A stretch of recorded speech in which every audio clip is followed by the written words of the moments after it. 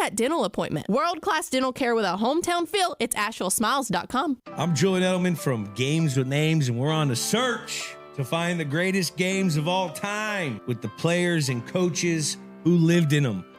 Ever wonder what a locker room feels like at a halftime of a Super Bowl? Or what about the after parties?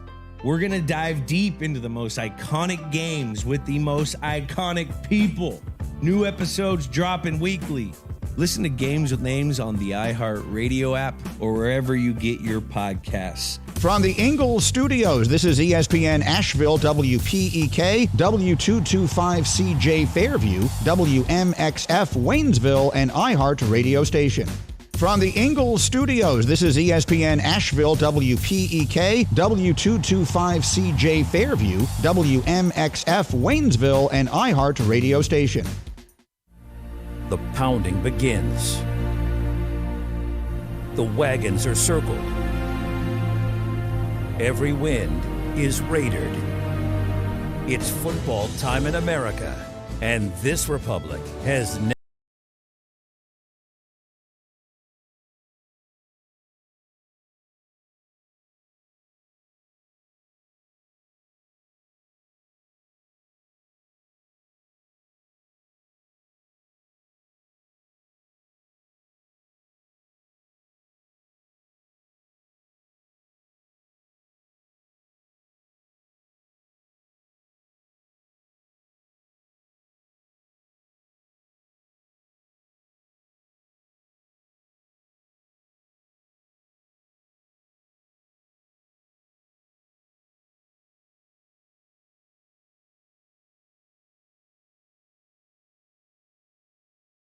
No, thanks for getting to turn on microphones, which led me to apparently I turned myself into Casablanca there for some reason. I was black and white when the stream started.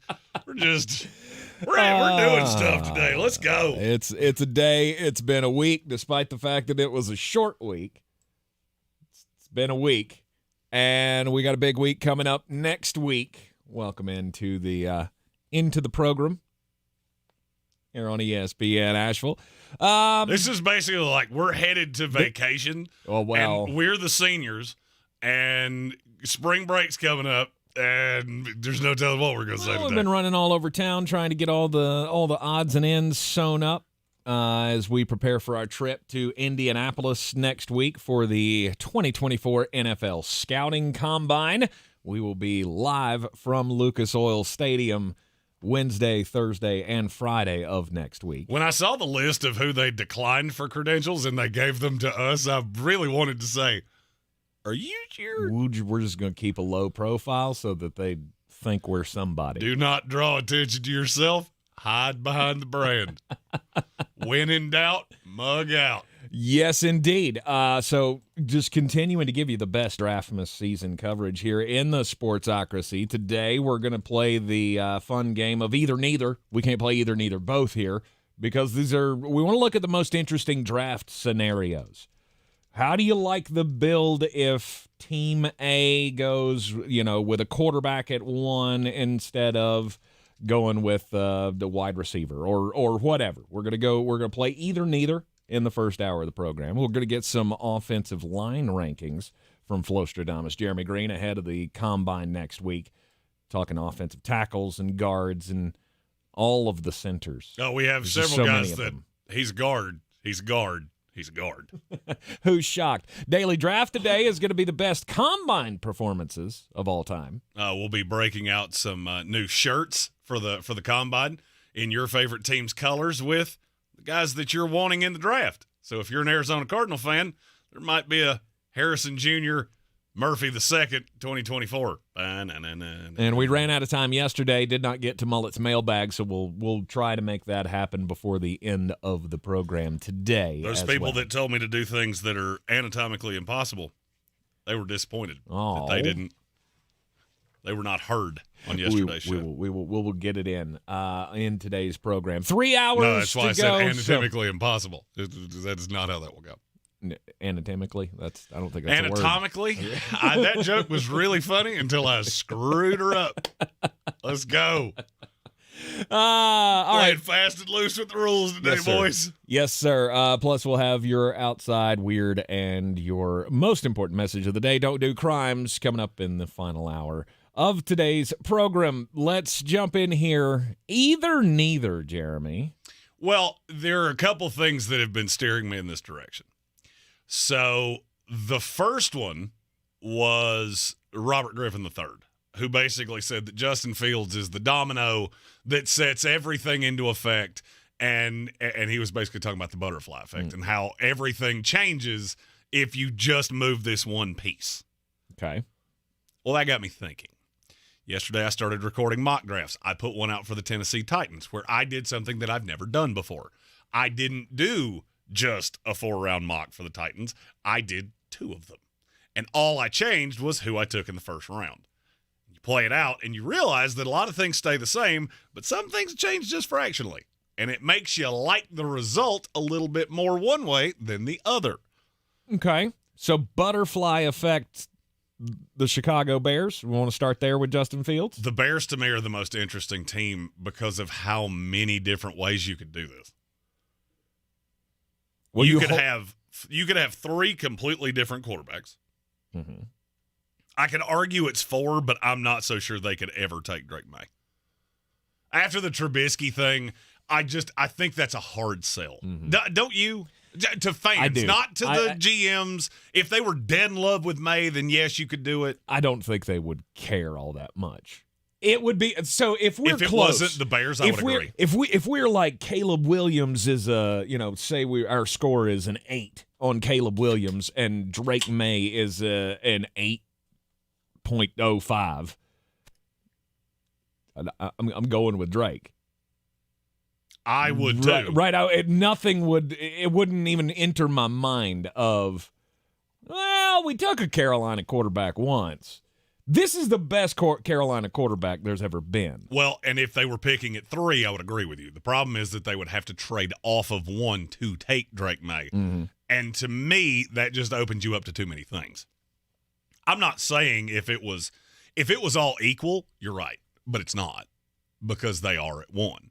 So to me, you could either keep Justin Fields, trade out of 1 altogether. You could stay at 1, take Marvin Harrison Jr., or you could trade them both. You could trade 1 and trade Justin Fields and take Jaden Daniels. Mm-hmm. Which would be the better scenario, in my opinion. I'm trading out to 3.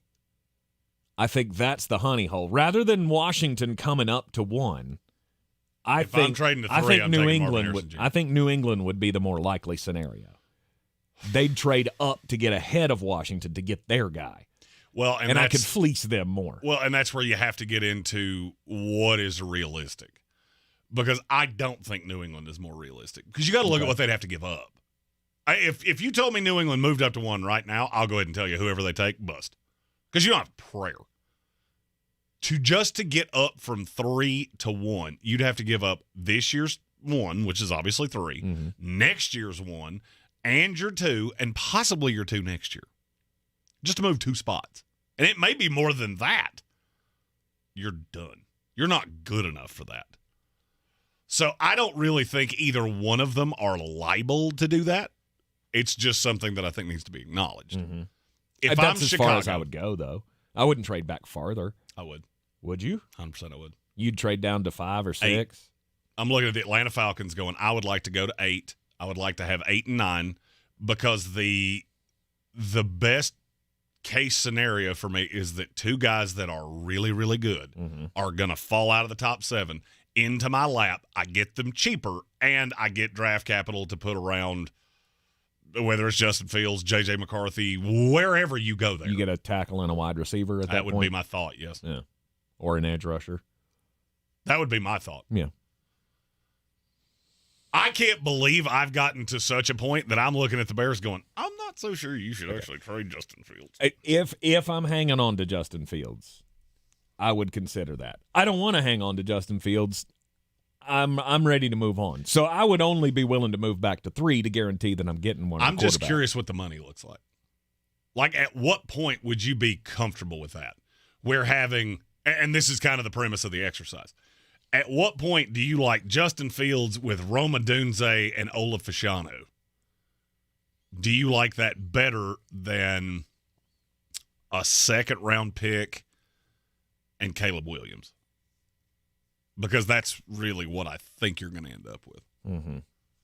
And for me, it is not hard to figure out which one of those two I like. I got two franchise players one way. I got the lesser quarterback, but I don't think it's about that much. It's going to be the way more expensive quarterback, but this is the part where everybody leaves. This is where, to me, everybody gets skewed with Chicago. If you bypass Caleb Williams, it's not necessarily an indictment that you're saying we believe in Justin Fields. You have 2 years. Mm-hmm. He's still got a team option that I feel very sure you're going to kick in at, let's see, he went 10.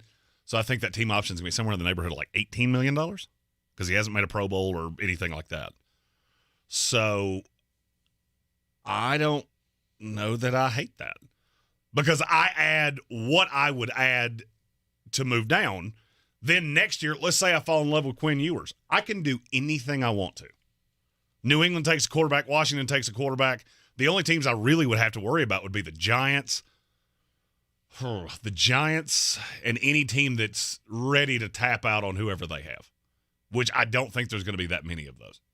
I have to worry about Minnesota, but if they bring back Kirk Cousins, it's not going to be for a year. Yeah.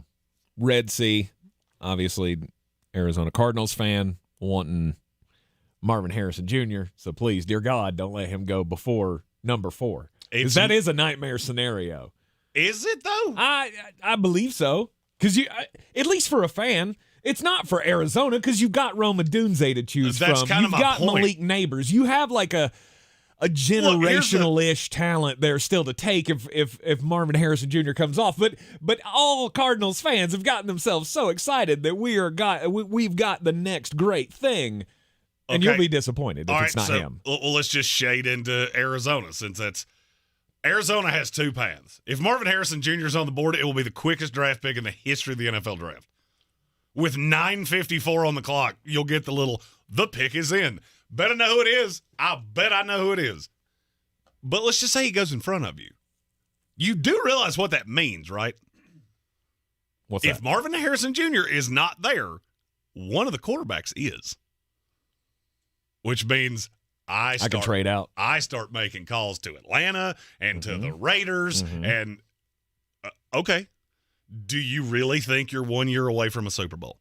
Do you think you're one Marvin Harrison Jr. away from a Super Bowl? I understand why you want him. I get that. Do you realize how much more you can have this way? Because it's not like you can have MHJ at 4 or now you have to take Charles Rogers. Sorry. No, there's still a whole mess of good receivers in this class. It's not like you would trade down and get some bum. No. And even if you got stuck at 4, I don't know how that would happen. There's too many teams that need quarterbacks and too many teams that like Jaden Daniels, who I'm assuming would be the quarterback left there. Okay. A report came out yesterday that they don't want to move Paris Johnson. Cool. I'm going to take Joe Alt, and now I have bookend tackles for Kyler Murray, and that pick at 27, I'll figure out that wide receiver. I'll get whatever's left on the. That's the thing about Arizona is that they have so much capital that you can do damn near anything if you get thrown the monkey wrench and MHJ is not there, or you want to trade down to 8, get Malik Neighbors, or trade down even further.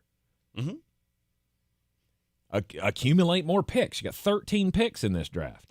Jonathan Welch said Arizona's in the catbird seat of this year's draft. That's exactly right.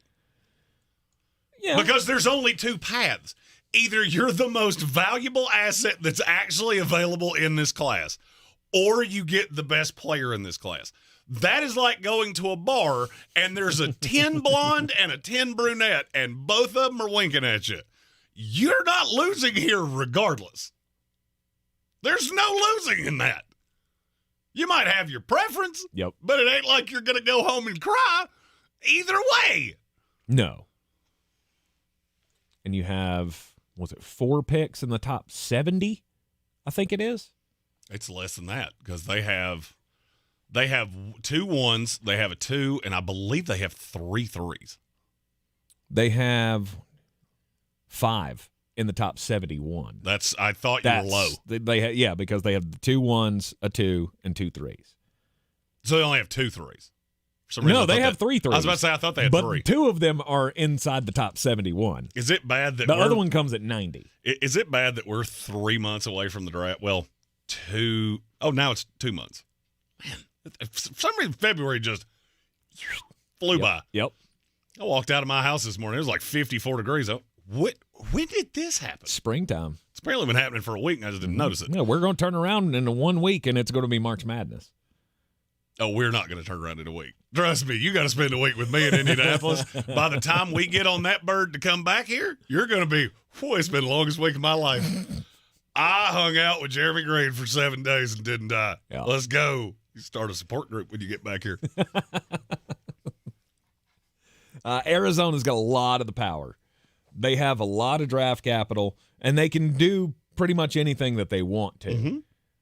They could move up, but why would you? I don't need to do anything. Just sit there and wait, and I'm going to get a generational player one way or the other, or I'm going to be able to trade back and get more capital. My worst case scenario is I have to settle for one of the 5 best receivers that's come into the draft in the last 5 years. Oh, shoot. Or take a franchise left tackle. There's no lose there. Oh, we didn't get a receiver. Awesome. We'll wait 22 picks, and you'll get another shot at one. Because there's 472 bajillion of them in this draft class. But I wanted Marvin Harrison Jr. I get that. I understand that. Trust me, there was once a year that I really wanted Reggie Bush, and I whined and pouted for 6 months. You know who we took instead? DeBrickashaw Ferguson. Ooh. Worked out just fine. Probably the best left tackle in the history of my franchise. And I was whining about a gimmick running back. I get that those are 2 different scenarios. I get it. Just take it as it goes. You're in the catbird seat, as Jonathan Welch said. One more thing that I have to touch on here. Bob Brown asked, would you trade Fields to New England for 3 and 34? He's already on the plane. Mm-hmm. If New England now the only thing that I would object to there is I would wonder, has a terroristic cell taken over the GM phone in New England?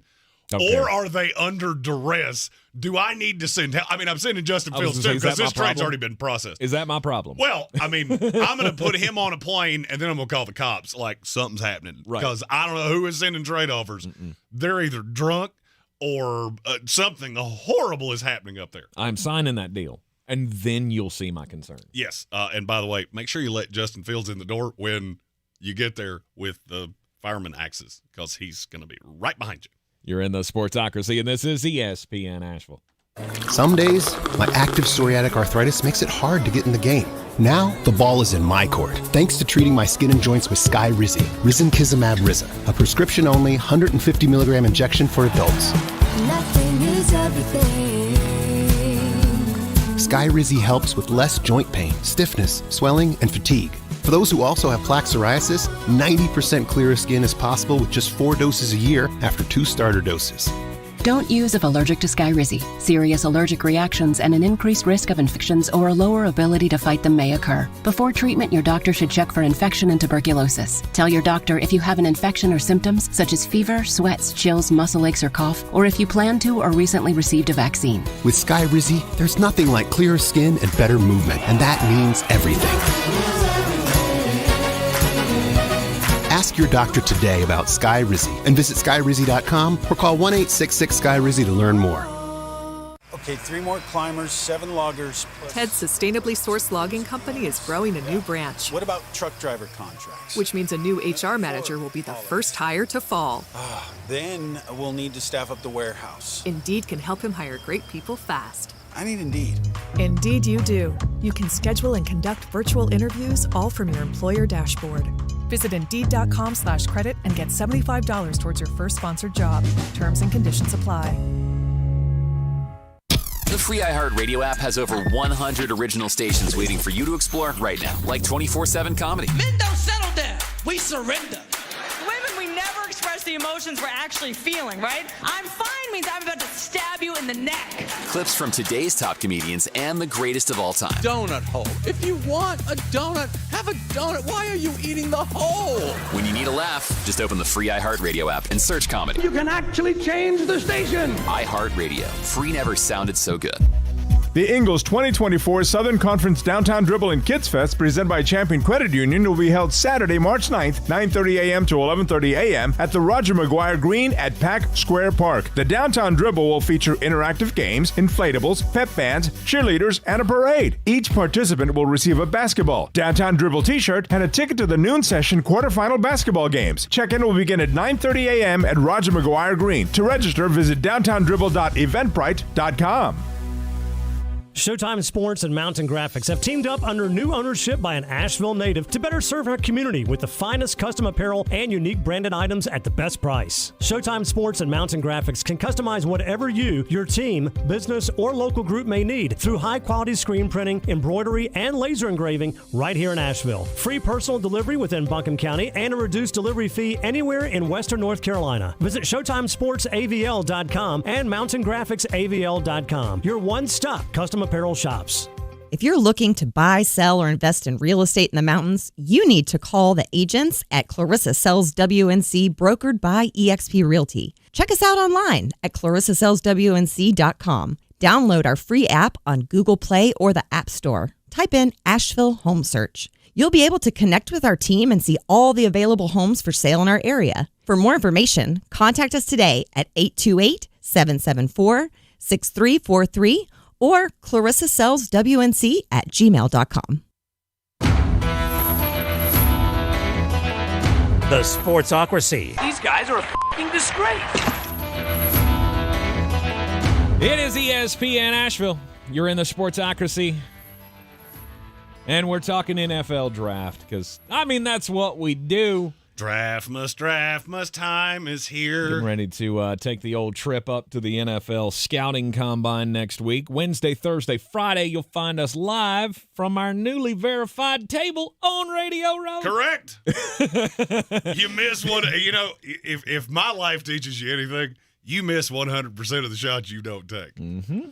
So if you got a 40-foot Steph Curry 3, you fire that bad boy up because you never know. She might bounce off the backboard. Go in. It's going to be a fun week, and we can't wait to bring it all to you next week. We will not be here Monday. That's travel day.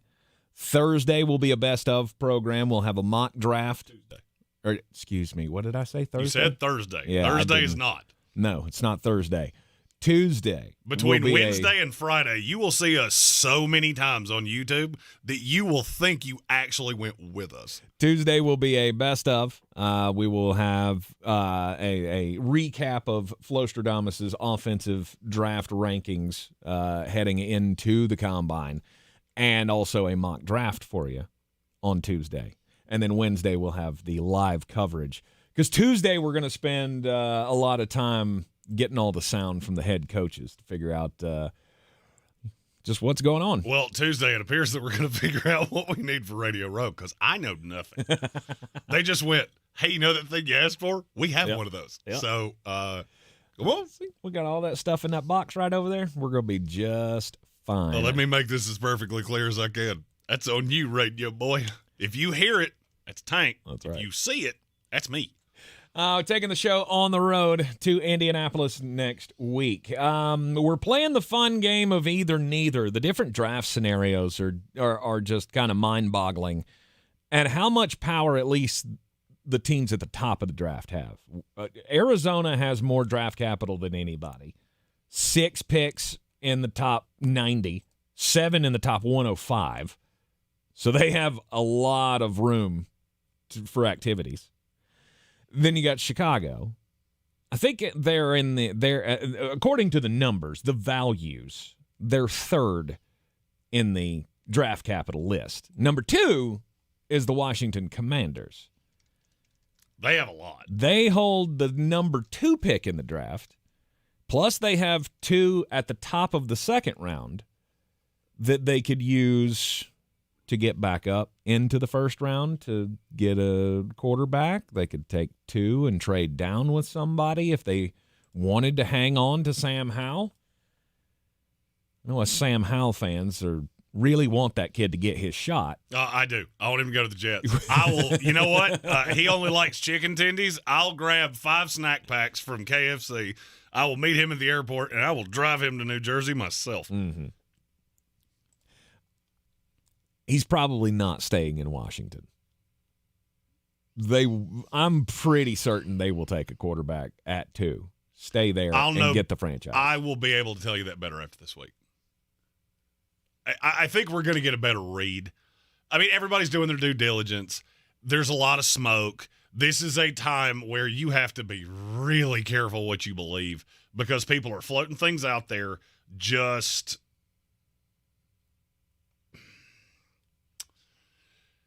trying to see what the response would be. And I'm interested to cut through the bull squirt, if we're for lack of a better term. Is there real concern with the quarterbacks, or are we just nitpicking here? I guess you can't really forecast anybody to have a bad combine, but are these guys even going to participate? Are they going to be throwing? No. That's not the part of this that that I'll be intrigued by. What I'll be intrigued by, you get a lot of conversations that start here. You get a lot of GMs, because this is one of the only times you get everybody in the same building, in the same general vicinity at the same time. You get a lot of people that are having dinner together that you go, what? Well, look at that. Oh, Elmos is on fire tonight, isn't it? Just let's go get us a steak and see what we can see. How about that? And that's what I'm looking forward to. I'm also looking forward to seeing if Tank can keep up with me, because I interject myself in conversations that I was not invited to quite often. Awesome. Something awesome about being big and something awesome about being big and mulleted and slightly intimidating. Mm-hmm. Mm-hmm. Well, that's going to be fun. I don't want to be catching strays from people of, will you get this mulleted weirdo out of my face, please? Will you get this mulleted idiot away from me, please? I need him away from me. It's like I'm gonna be the one getting like the blank blinks from Ian Rappaport, who just get him out of my way. I saw this idiot in Mobile. I have not let him near me again. Right. I'm not doing it. If he turns and goes the other way once he sees you, that's gonna be the key. The Commanders, what else can they do? Should they even entertain taking one of the tackles at 2? Oh, entertain it? Absolutely. I mean, I think they should no doubt entertain. Well, Joe Alt wouldn't be, because I don't think Sam Howell's your biggest problem. It would be one thing if I thought this was a ready-made team. The way you're sitting, you have enough capital that you can put things around whoever this quarterback is, whether it's Drake May, Jaden Daniels. If somehow you found a way to get Caleb Williams. That's the one I wouldn't do. I'm not trading that excess capital I have to go get Caleb Williams and put him in the same flawed roster that I just saw Sam Howell struggle with. Mm-hmm. Because I think the result's going to be the same. If I can sit there at 2, take Drake May, put a tight end around him, put another tackle around him. If I can get Jordan Morgan, Jatavian Sanders in the second round, okay, now I got a shot. I still don't think it's a great shot. I think you're better off just taking. Is Sam Howell a star quarterback? Probably not. I mean, I don't necessarily think he's going to reel off 6 Super Bowls. I don't think he's Tom Brady or anything like that. He could make a Pro Bowl at some point. I agree. I think he is. I'll be honest with you. I'd rather have him than Caleb Williams, and I wouldn't think about it twice. He comes with none of the headache. None of it. And I'm not sure he's not a better quarterback. Just all things considered. Watch Caleb Williams against good defenses and tell me that you walk away from that going, oh, yeah, that's a star. I saw Joel Klatt's list of the best 5 quarterbacks in the last 10 years, and I went, oh, did somebody hit the old bottle early there, JK? You maybe get you a little nip before you put that out. Mm-hmm. Number 1 since Andrew Luck over Trevor Lawrence. Some people are buying the hype on Caleb. Washington, I think, will end up with a quarterback. No bones about it. And then you worry about the rest of it later. I have 2 picks in the top of the second round to get the best tackle possible. Or if I fall in love with Tyler Guyton and he's fallen to the 24, 25 range, I can use those picks to get up and get him and guarantee that I've got another star prospect and added to the offensive line. I would like doing that better than taking Joe Alt at 2 and having to trade up to get Bo Nix as a wing and a prayer. I would agree with. I mean, if you're dead set on taking one, you're taking one at 2. Mm-hmm. You're either good with Sam Howell, you're going to add a veteran backup, whether it's Jacoby Brissett again, I don't think it would be, or somebody that's familiar with Cliff Kingsbury. I just don't think there's not a lot of wiggle room there. Because I mean, yes, you could trade down, but even after I looked at the mock draft that I did, I went too far.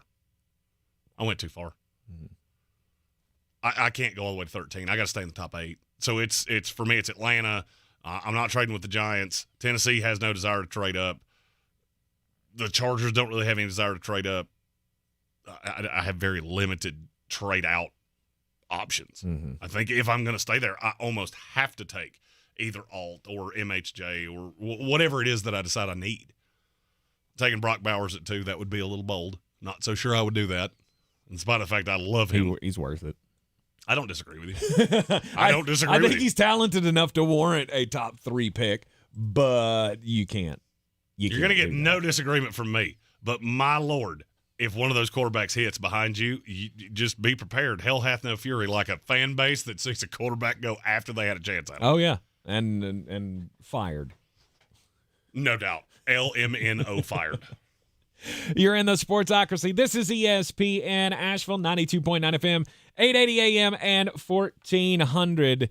Coming up later on in the program, we are going to, of course, continue with the draft rankings. Flostradamus will take a look at the offensive linemen that are going to be showcasing their talents at the Scouting Combine coming up next week in Indianapolis. When we come back, it'll be time to get just a bit outside, and we'll continue playing either neither. This is your Exergen Temporal Scanner weather forecast on ESPN Asheville.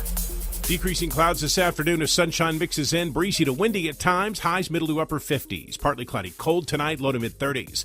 Windy and colder force on Saturday. Increasing clouds with afternoon rain showers, although snow could mix in at times at the start. High temperatures mid 40s. Sunshine force on Sunday as we finish out the weekend. It'll be milder Sunday afternoon as temperatures climb towards the upper 50s. I'm meteorologist Ken Boone at the Weather Channel.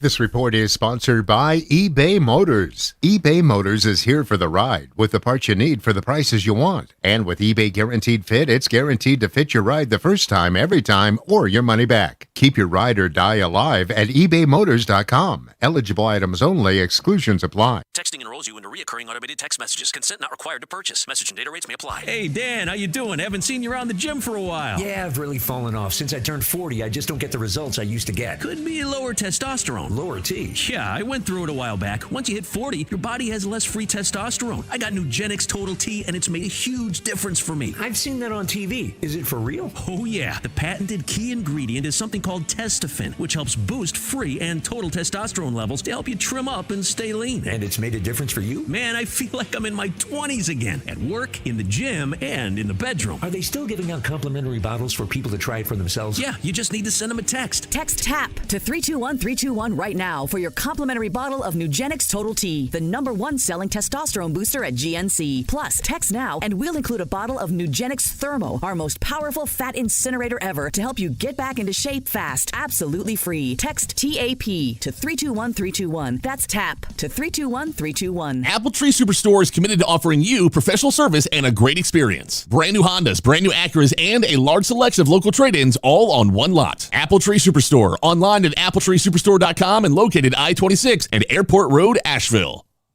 Not completing high school is more of a social thing than it was an academic thing. Even though all these years have passed, I still had that longing to have my diploma. At age 30, Carissa finished her high school diploma. If you're even considering getting your high school diploma, you can do it. No one gets a diploma alone. If you're thinking of finishing your high school diploma, you have help. Find free adult education classes near you at finishyourdiploma.org. That's finishyourdiploma.org. Brought to you by the Dollar General Literacy Foundation and the Ad Council. If cleanliness is next to godliness, look around the car right now. Is that very godly? Look, life comes at you fast, but so does WBNC Auto Detailing. They have the tools to make your interior look like it's coming off the showroom floor. You don't believe me? Check them out on Instagram. All that filth and years of stains disappear. WBNC Auto Detailing does full interior and exterior details with paint correction, and they do wax and ceramic coatings. Call WBNC Auto Detailing at 455-3700. Premium care with a Southern hospitality touch. The best season of the year is here. Tailgate season. Monster Brewing presents this season's MVP, The Beast Unleashed. with 4 bold, familiar flavors. With 0 caffeine and 0 sugar. Beast Unleashed is your new pregame ritual. With white haze, mean green, peach perfect, and scary berries, there's a flavor for every fan. The Beast Unleashed. 6% alcohol by volume. Unleashed responsibly. Must be 21 or over. Beast Unleashed available at your local retailer. Boy, you must be outside your mind. The Sportsocracy. Just a bit outside. He tried the corner and missed. It is the Sportsocracy, and it is coming. It's getting closer by the day. The new college football 25 game from EA Sports. It's just inching closer and closer, and yesterday we had another benchmark story in this journey. We find out just what the cut the players are going to be getting for being in the game. The window has opened for college football players to opt into and have their name, image, and likeness used in EA Sports College Football 25. There are 11,000 college football players, so we know that they're not going to be getting a whole bunch, because here's the thing, everybody's getting the same. So that comes out to $600. Woo! Yeah, $600 plus you get a copy of the game. So retail value $69.99. $670. That's what's been holding us back. I feel like if you had found 11,000 people with enough money, they would have gone, you know what, we'll give you $670 a year so you can pay all of these players. So we could have just made it direct. There's a limitation of 85 players per school. Yes. So probably cuts out walk-ons. It's probably just the scholarship guys. Maybe they'll add a walk-on if a scholarship guy opts out. Mm-hmm. I did the math. Basically, EA's first 95,000 copies of this game made them no money. Then whatever it costs to develop and all those things, you got to make that back somewhere. But that's what they're out. And I will bet you, I don't know how many copies of this game they will sell. I'll make a bet with you that it's the greatest selling game of all time. Probably. I'll bet you this is the greatest selling game of all time. It'll outdo Call of Duty. You they think come so? out too often. Yeah, they maybe, come out too often. You maybe have so. not had this game in 10 years. I feel like that's a high bar to set. No doubt. But, I mean, it is such a big market that there are a lot of people like me that don't really buy video games. I only play the sports games. I buy the other ones for my kids, but I only play Madden or baseball or whatever. I've been playing college football 14 for the last 10 years. So I will be pre-ordering, lining up, whatever you got to do these days to get first. I'll be doing it to get this college football game because, like I said, the PS3 is getting slower and slower by the day. Okay, so maybe I might have gone a little Okay. deep. Do you know what the best selling video game of all time is? I would imagine it's a Call of Duty. It is not. Call of Duty is not. I don't see Call of Duty. Really? The first one is Modern Warfare. Okay. Wow. I wonder if that's in. Was it like Grand Theft Auto or? Grand Theft Auto 5 was second. Wow. Tetris is third. Okay. Wii Sports is 4. Minecraft. Wii Sports. That came with the console. That doesn't count. I agree. That doesn't count at all. Just because we all had it doesn't mean it was popular. This list is kind Which of it was. It was fun. I think this has to be money. There's no way 300 million people bought Minecraft. Oh, yes, no doubt. 300 million people? People, yes. Because you got to count. You got to count customers because there are school systems that buy these to teach kids math. Minecraft is huge. Every kid in America has Minecraft. I've never played it. Well, of course you haven't played it. You're not 6 years old. But that's when kids started playing Minecraft, when they were 6 and 7 years old, and now it's turned into like one of the largest social media gatherings that there is. So I get Minecraft being up there. Minecraft's number one by a lot. Yeah. Okay, it's not going to beat Minecraft, which they use to teach children stuff. I thought when you said that was setting the bar pretty high. It might be the greatest, highest selling sports game of all time. Okay, maybe that's where I should. But when it comes to the rest, yeah, I don't. And I'm not counting Wii Fit or Wii Sports or Wii Sports Resort, okay? Those don't count. Those came for free. Yeah. If we're counting that by sales, then Net Zero has the highest selling album of all time. Just the fact that Wii Sports came up on this show. This allows me to tell one of my favorite stories of all time. Oh God! Oh, this is the bowling story. Yeah. Okay, yeah. Here you go. So you'll enjoy. When many years ago, before I met Amy, I was in a couple with this was not with Tanya. This is not with a girl that put cigarettes out on my couch. This was, to be frank with you, I don't remember who this was, but we had a couple sets of couples that would get together and have like game nights and things like that. Well, a friend of mine who I will remain nameless, and she's a friend of mine, so she will not be upset that I'm telling the story. She's blind in one eye. Mm-hmm. So depth perception it's not great. So the guy whose house we went to had this brilliant idea of we'll play Wii Sports. Yeah. 3 separate times. She cleared a table off because she went to rear back to throw some spin on it and just went beer bottles and everything. Throwing the spin on it. The third time, she cried because the rest of us were crying too, Mm-hmm.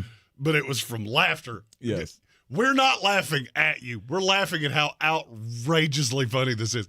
And by the way, somebody else is going to have to go to the beer store because she just wiped out like 17. It's a party foul. She doesn't get to come back. Buddy, your dog is going to die because I think he's had about 17 domestic lights. It was such great fun. If I had that in fact, when we did the greatest video games of all time on the Daily Draft last Friday, Kevin Vick brought that up in the comments. I believe it was Kevin that said Wii Sports needs to be in here somewhere because it did offer loads of entertainment when it had first come out. My grandmother liked to play the Wii bowling game. I guess because it was good for seniors. Oh, yeah. To get up and get active and swing your arms and do all that. I get its merit. It brought families together. That's all I'm saying. It was also really, really funny to watch people. And I was one of those. I was one of those that was, you could just turn the remote, the controller. You can just kind of turn it a little bit and it'll give it that spin, but it doesn't serve the purpose if you don't do the whole Peter Weber kick the leg out and Oh, I was that guy too. Mm-hmm. Just you get up there like let's go. I still get drunk and play Tiger Woods sometimes and just tee off and just watch it. Just watch it go. Just watch it go. Look that. Although you have to shake the controller to get it to roll.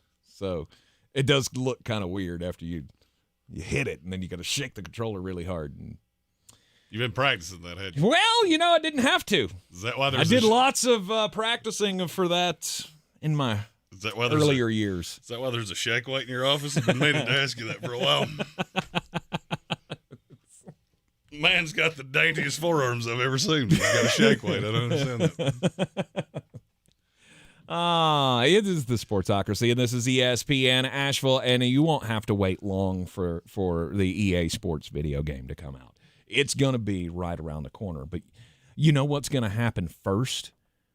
It's coming, ladies and gentlemen. You're going to be able to lay wagers legally in the state of North Carolina because one of America's top-rated sportsbook apps is hooked up with us here in the Sportsocracy, and it's coming soon to North Carolina, March 11th. It won't be long until you can lay down on all those same-game parlays and money lines and all the props. They got Odds Boost, which I'm not real sure what that is at this point, but I can't wait to find out what it's going to give me, how many opportunities I'm going to have to make all the monies with DraftKings and the Sportsocracy right here. And we'll have segments on this show. We will be immersing you in the beautiful world of sports gambling. If you don't know what you're doing, that's fine. We're here to explain it to you. But there's only one partner that you can have, and that is DraftKings Sportsbook. Mm-hmm. You can bet on all kinds of sports as well, including college basketball, which March 11th, that's going to be the championship night of the Ingles-SoCon tournament here in Asheville. The next day, the ACC tournament starts, so it's all coming at the right time. New customers, download the DraftKings Sportsbook app now and bet on all your favorite sports once we go live. Only on DraftKings Sportsbook, coming to North Carolina on March 11th. Gambling problem? Call 877-718-5543 or go to morethanagame.nc.gov. 21 plus, North Carolina only. Eligibility restrictions apply. Subject to regulatory licensing requirements. See terms at DraftKings.com/sportsbook/NC. It is the Sportsocracy, and we will continue playing either-neither draft scenarios coming up next. Are you a business owner, CEO, or responsible for marketing?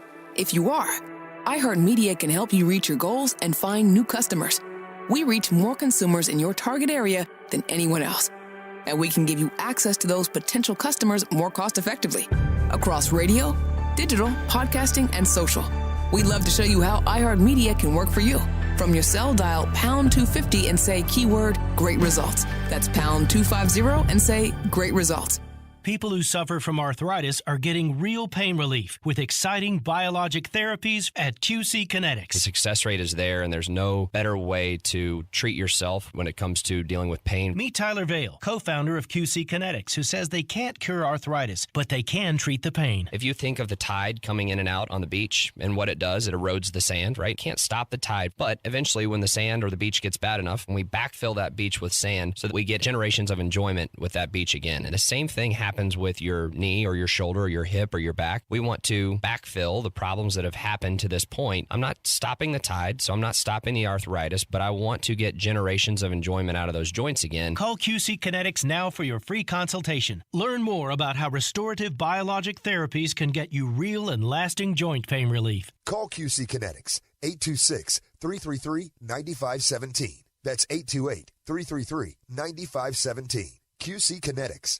828-333-9517. Don't you wish your life came with a warning app? That dog does not want to be petted. Well, life doesn't always give you time to change the outcome, but prediabetes does. Take the 1-minute test today at doihaveprediabetes.org. Brought to you by the Ad Council and its Prediabetes Awareness Partners. At the North Carolina Education Lottery, we love to celebrate winners. So I hired a town crier to announce Pick 3, Pick 4, and Cash 5 winners. Hear ye, hear ye. But there are thousands of winners every day. Oyez, oyez, oyez. I may not have thought this through. A proclamation of jubilant accord. Who gave him a bell? Daily draw games. What will you do with your win? Must be 18 to play. See Pick 3, Pick 4 and Cash 5 prize and odds charts at nclottery.com for details. Problem gambling helpline 877-718-5543. If you're looking to buy, sell, or invest in real estate in the mountains, you need to call the agents at Clarissa Sells WNC, brokered by eXp Realty. Check us out online at clarissasellswnc.com. And did I mention that Clarissa Sells WNC loves teachers? We love teachers so much, we're giving back 25% of our commission at closing. For more information, contact us today at 828-774-6343 or clarissasellswnc@gmail.com. We're back counting down to kickoff. Let's look at today's 3 keys to premium pre-gaming with Beast Unleashed, presented by Monster Brewing. Number 1, beat the heat. Unleash the beast with bold, familiar flavors, 0 caffeine, and 0 sugar. Number 2, running the option. There's 4 to choose from: White Haze, Peach Perfect, Scary Berries, and my personal favorite, Mean Green. And number 3, at 6% ABV, Max Protect. Always Always drink responsibly, and you must be 21 or over. Beast Unleashed. Available at your local retailer. At Ingles Weather, we're celebrating Friday night rivals, televising college basketball games, bringing the Fan Fest to semi-pro soccer, or taking you out to the ball game at your minor league park. It's all in the bag. Ingles, low prices, love the savings.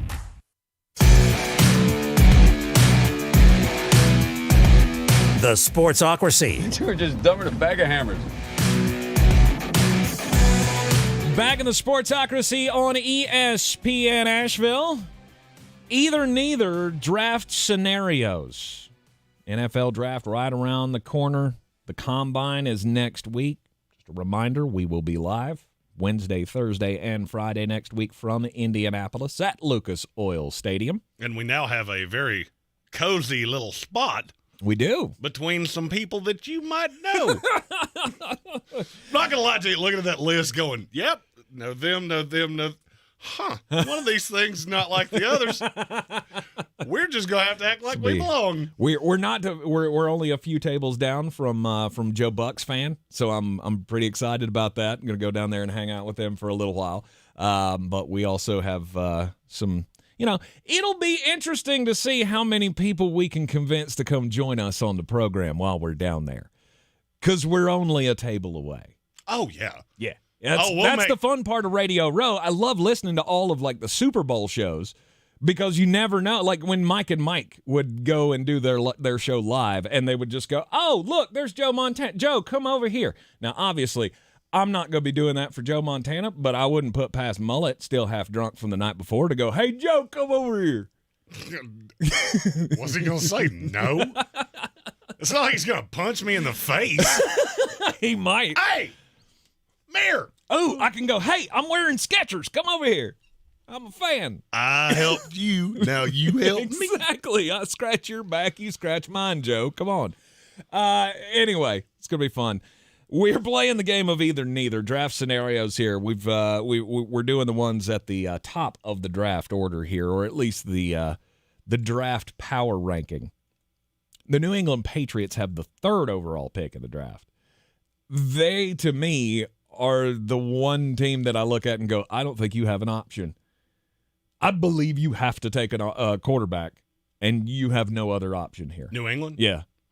I don't agree with you. Really? I can't stick with Mac Jones. Oh, I can't I'm not stick saying with you Bailey stick with, Zappi. Oh, I'm not saying you stick with Mac Jones. No. I'm saying I don't know that there's a solution for you here. And look, I understand the theory of, well, we haven't picked in the top 5 in 30 years. Mm-hmm. Their last pick this high was Drew Bledsoe. I understand what you're saying. I also know that history is not necessarily on your side when you think that way. Mm-hmm. Because you're at best getting the second best quarterback. And if you're in love with that quarterback, I get it. Where I have a problem is when you take the quarterback just to take the quarterback. If you have a second-round grade on Jaden Daniels and J.J. McCarthy, taking him over Marvin Harrison Jr. is dumb. It is. Mm-hmm. Because I literally, unless you think the 3rd best quarterback in this class is going to be as good as C.J. Stroud, if not better, it ain't like it's going to win you all that many games next year. So you're going to have the first year of a rookie deal on a team that's 4-13. I think C.J. Stroud would go 4-13 with the way this roster is currently constructed. Okay. Do you agree? Yeah, probably. I mean, I want to say no, but look at the history of quarterbacks where we've done this going bing, bang, boom. Mm-hmm. Trey Lance.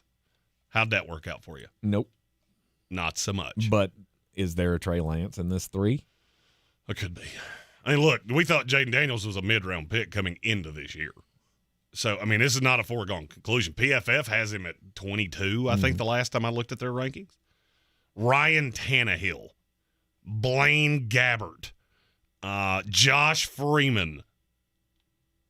There's a lot of times that you get the 3rd best quarterback because it's the quarterback that nobody really wanted. Mm-hmm. And William Workman has it exactly right. Trust your grades, trust your scouts. If you think that one of these quarterbacks is not a franchise guy, don't just take one to take one. That's what you did with Mac Jones.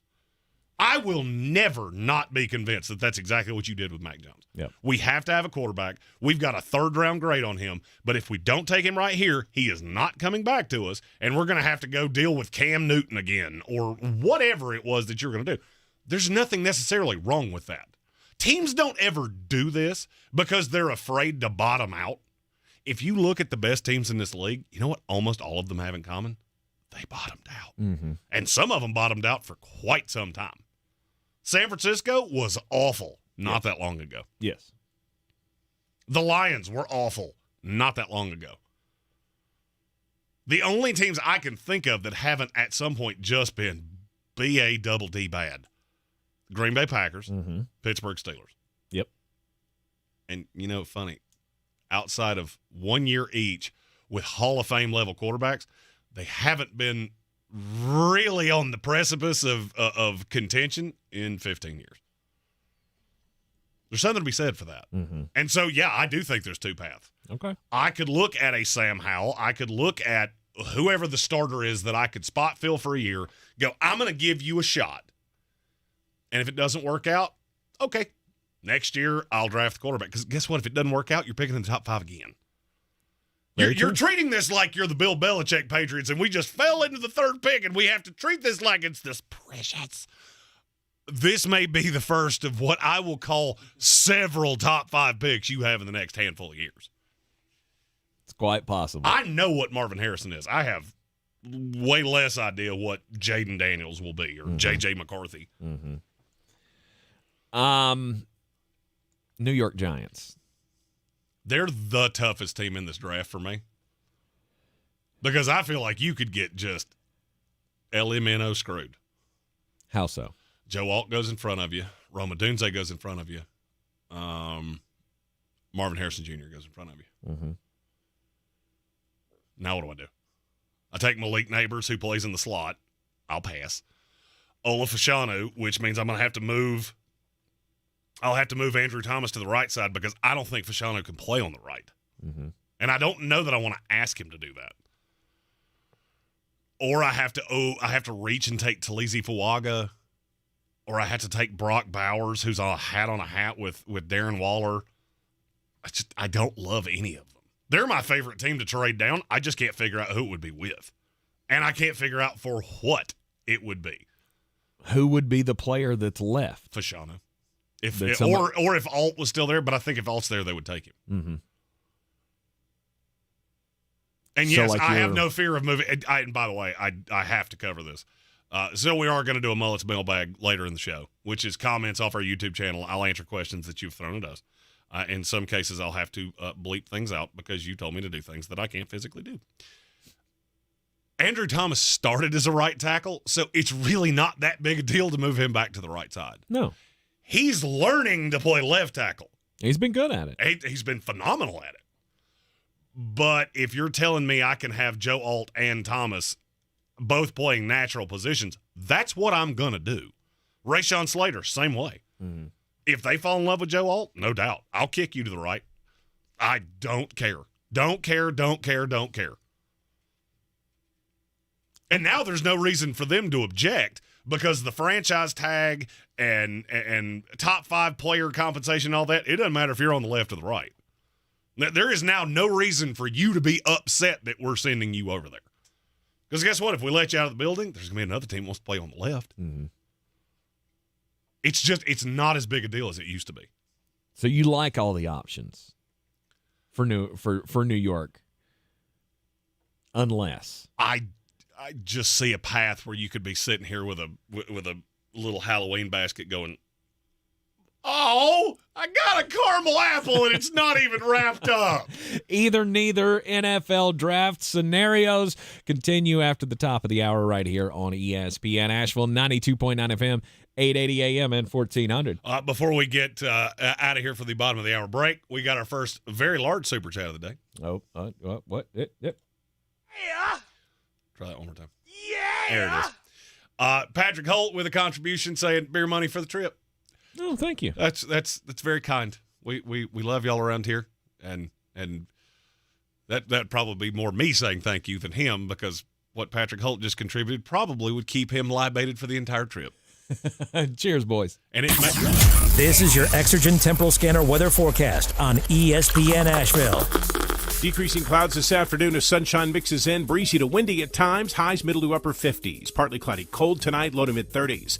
Windy and colder for us on Saturday. Increasing clouds with afternoon rain showers, although snow could mix in at times at the start. High temperatures mid 40s. Sunshine for us on Sunday as we finish out the weekend. It'll be milder Sunday afternoon as temperatures climb towards the upper 50s. I'm meteorologist Ken Boone at the Weather Channel. This report is sponsored by UPM Raffletech. Looking for a new career, great benefits, a safe work environment, and on-the-job training? Meet UPM Raffletech, a global manufacturer of label materials, now hiring in Mills River and Fletcher. Feel good about where you work. Learn more at raffjob.com. That's RAFJOB.com.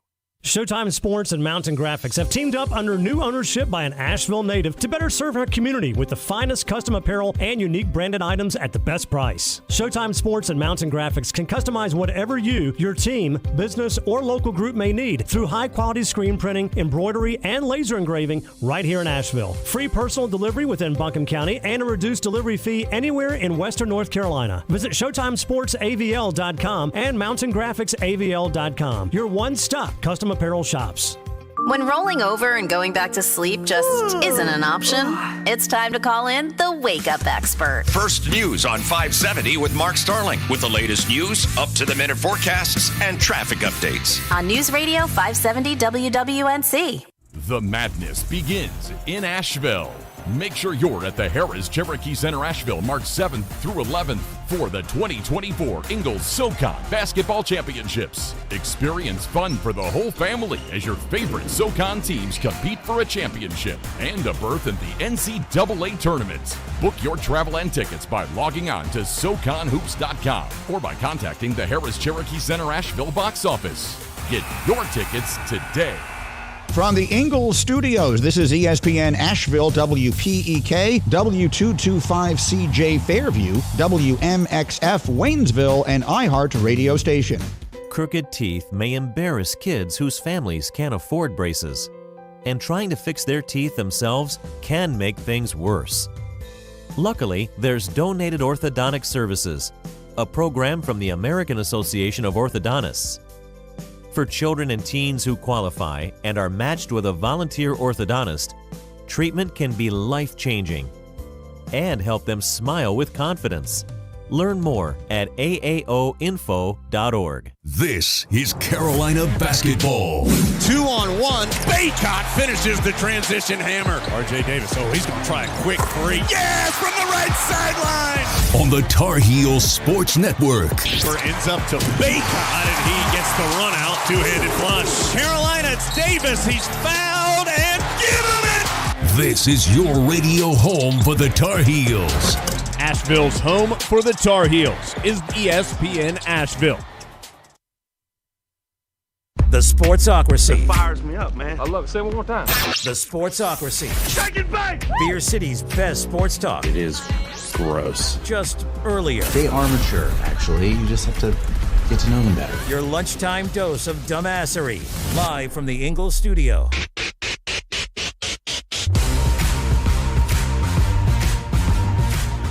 Welcome back into the Sportsocracy. It is ESPN Asheville, 92.9 FM, 880 AM, 1400. The Sportsocracy is heard everywhere you go on the iHeart Radio app, and we are seen everywhere on YouTube. Just go to thesportsocracy.com, click the live video link, subscribe to the channel.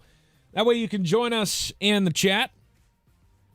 We have breaking news. Who's going to break the news? Who's going to break the news? Who's gonna break the news? Who's gonna break the news? I can't wait to show the whole combine my breaking news dance. I'm really excited for you to not do that. Hey, Shefty, check me out. Please stop that. Just don't ever do that. So there's another soundbite that we'll call it the Shane O'Mac button that you should really be hitting right here.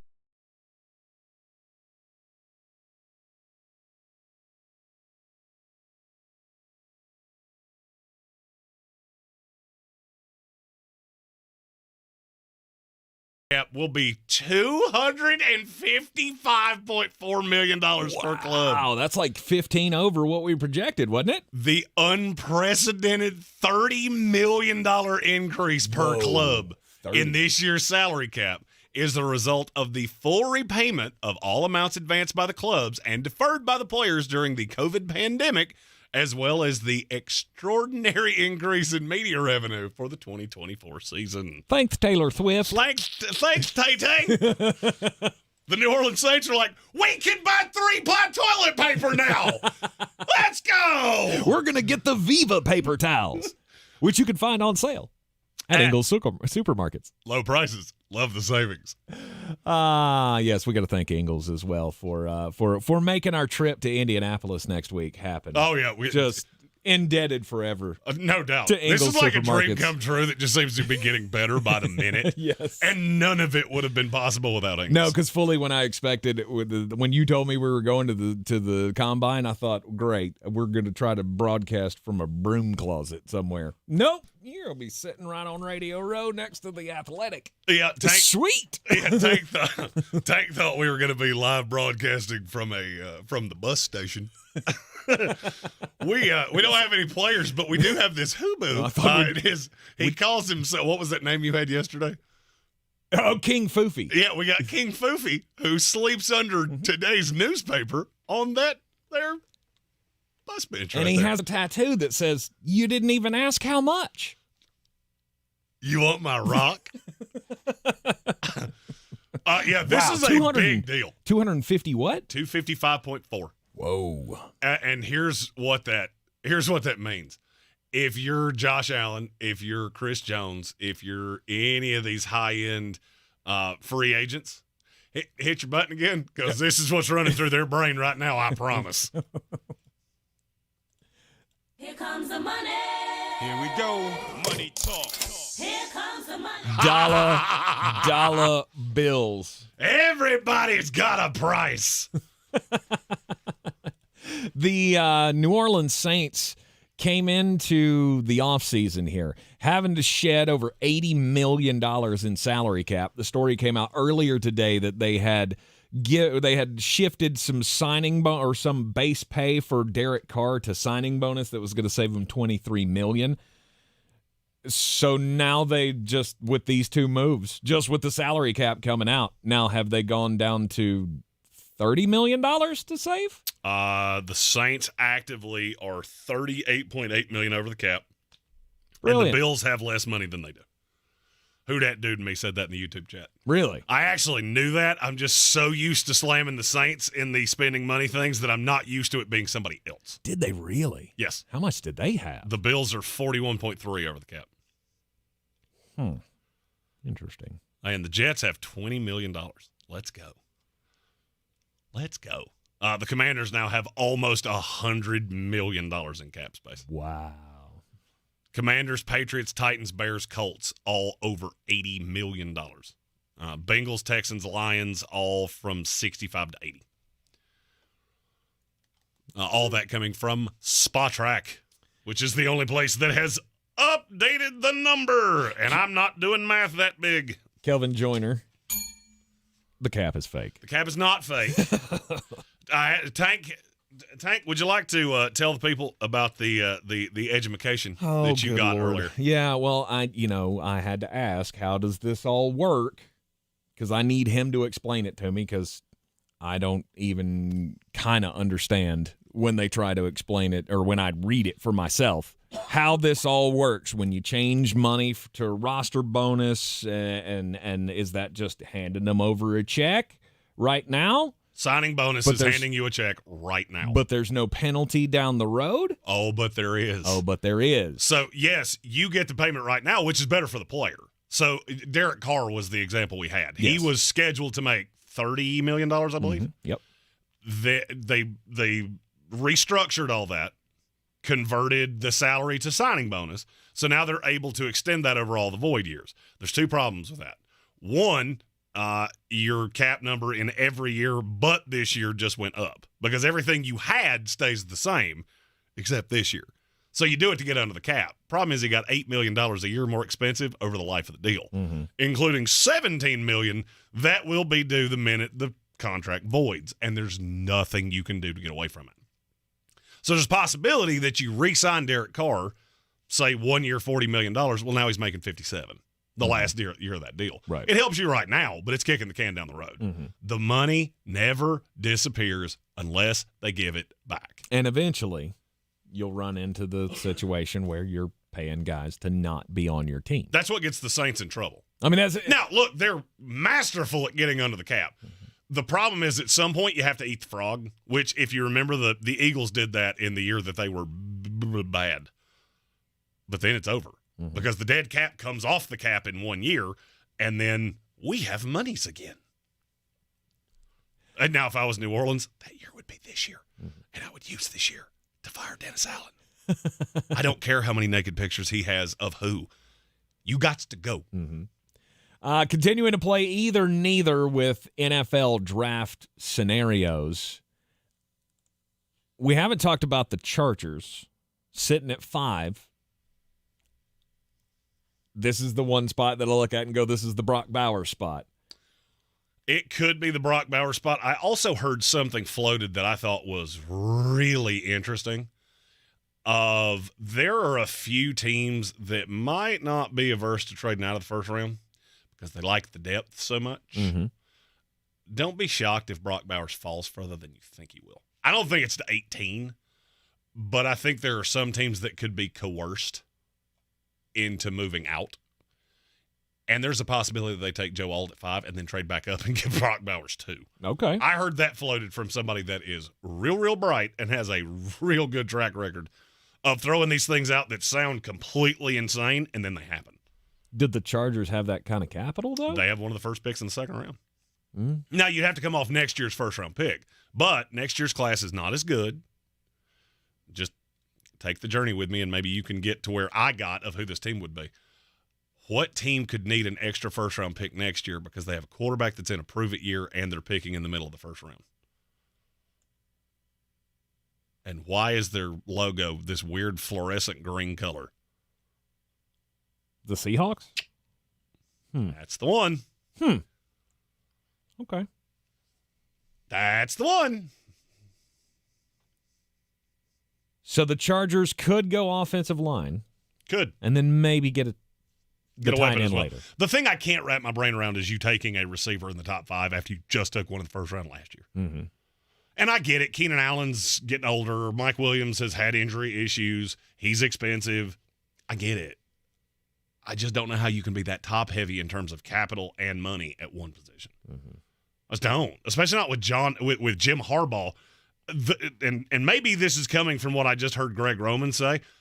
Hey, Greg, what's the best thing you can do to help Justin Herbert? We can run the ball. And I went, I got that steady pool of diarrhea coming back. It's the Greg Roman way. Run, pass, punt. Oh, no, I got the angina.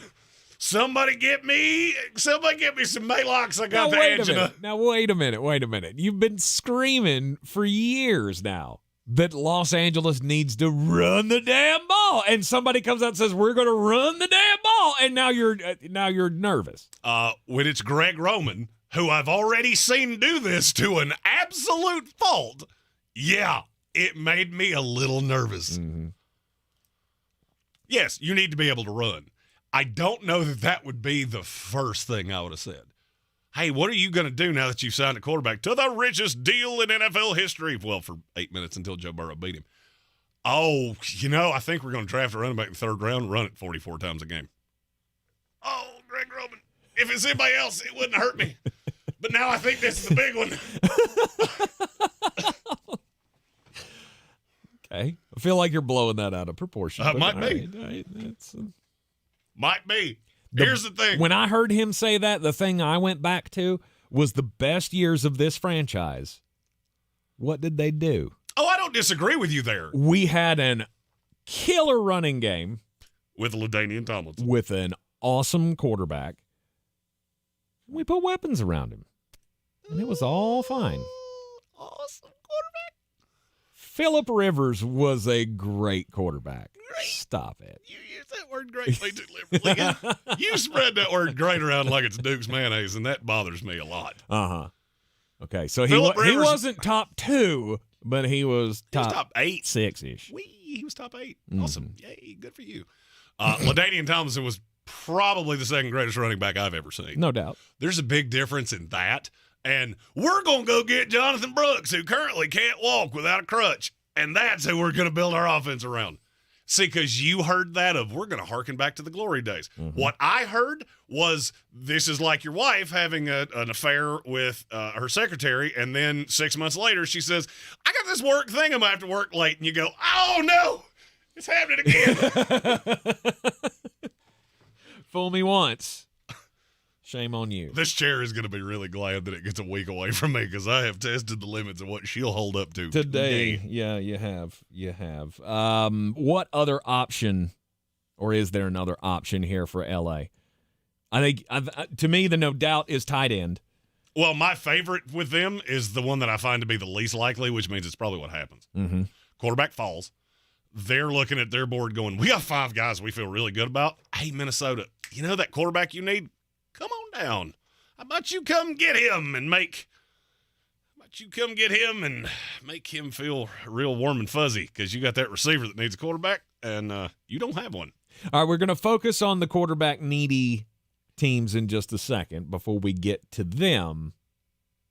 Hold on. Curtis Davis, who's one of our resident Charger fans, said that's a weird way of saying Jalen Wright. Are you that high on Jalen Wright? I'm not saying you're wrong. I saw his grade from NFL.com, and that was one of the names I told Tank that I went, are you sure you have the right name here? I mean, I think he's good. He's like my RB 14, I think. They had him at 4. I went, we sure we didn't get names crossed up? I'm not telling you you're wrong. I'm just, I would love to hear somebody whose opinion I respect, and I do respect Curtis's, especially with the Chargers. I'd like to hear the justification for that. Of how you could justify taking Jalen Wright in the first round? I love doing that. You're going to be in the middle of a lot of these conversations of, hey, you're a smartman, so make me smartman too, and just explain it to me. Because I didn't see it that way, but that doesn't mean I can't be convinced. Mm-hmm. Before we get to the quarterback needy teams, though, let's talk about your team. What? Okay. It's a tackle. It's a tackle. It's a tackle. If they don't take an offensive lineman, I genuinely think that during the 11th pick of the 2024 NFL draft, we're going to have to call a paramedic or a first responder of some kind to get me up off the floor because I will have had some kind of serious infarction. Aficionado has been the one that seems to be here because we usually have Joe Alt coming off the board before this. So Aficionado, Talise Fuaga. There is a possibility that they're all there. Okay. I think there's a better than 0 chance that no tackle goes in the top 9. It's not what I would do, but here's the problem. And this is – a lot of people I'm sure think we talk about the draft too early. It's a lot better than talking about the NBA, A. B, there's so much that goes into it. This is a great time to start seeing these things. I have seen no less than 16 different linemen go in the top 50. And that always makes me think, yeah, I know how this goes. I've read this book. When you have this many, they all drop. And if they do, the Jets will sit there happily and take whichever one they're in love with. Mm-hmm. Or they could trade back. They are a super likely team to trade back. Okay. They love Fuaga, but 10's too high for him. Any offensive lineman here is what you would bank on, though. Correct? Yes. And it will be, and to me, it could be a lot of things because I think they could put Elijah Vera Tucker on the left. Mm-hmm. He played really well there. You just have to find him a spot and stop moving him. Too high for Powers Johnson? They don't need Powers Johnson. They already have a center. They drafted one in the second round last year. Oh, that's Mulleted right. man, I forgot Joe about Tippmann. I forgot about Joe Tippmann. Yeah, Powers Johnson. And it's not that he's losing the hype. It's that now we're into the second wave. And now Zach Frazier is catching some fire. And so, oh, yeah. Anytime I hear the word second wave, I just go, ugh. But now I'm hearing Zach Frazier going back into the first round. And if that's the case, Powers Johnson won't go that high. Mm-hmm. He should. I think he's a top. He's got a first-round grade for me. Mm-hmm. And Frazier's in the late parts of round 2. I think I've got him 52 or something like that overall. I have to go back and look. Okay. All right. You're in the Sportsocracy, this ESPN Asheville, 92.9 FM, 880 AM, and 1400. We may have done that thing again where we're going to have to push the quarterback teams because we got to get into your offensive line rankings here. And that's fine. All right. You know what? If it's got to be done, it's got to be done. It's got to be done. The good thing is we got a whole week of content to fill from Indianapolis, Indiana. Right. When we come back from the break, we'll dive deeper into the offensive line prospects in this 2024 NFL draft. We'll talk Jackson Powers Johnson and centers up next. COVID-19? I don't want to risk missing work. I booked an appointment for this season's updated COVID-19 shot designed to help protect against recent variants. Learn about a vaccine option and book your COVID-19 shot on schedulecovidvax.com. Sponsored by Pfizer. I feel like I'm constantly cleaning hair off my bathroom floor. At least my Swiffer Sweeper makes it easy. Sweeper heavy-duty dry cloths have ultra-thick pads to trap and lock hairs, like a hair magnet. And when I'm finished cleaning up my hair, Sweeper takes care of his too. Now the hair's gone, all thanks to Swiffer. Try Swiffer Sweeper heavy-duty dry cloths. I promise you'll love them or your money back. And also try Swiffer Sweeper Wet to make quick work of tough, sticky messes. Have you Googled yourself lately? Are there negative posts from an ex-employee or from a former client? Maybe an outdated news article or sensitive personal information about your family? Search engines don't always get it right. But right or wrong, it's your reputation on the line. That's where Reputation Defender by Norton comes in. One of the most trusted names in online reputation repair, Reputation Defender has been fixing people's search results for over 15 years. Their cutting-edge approaches help you to wipe away unwanted information in your search results.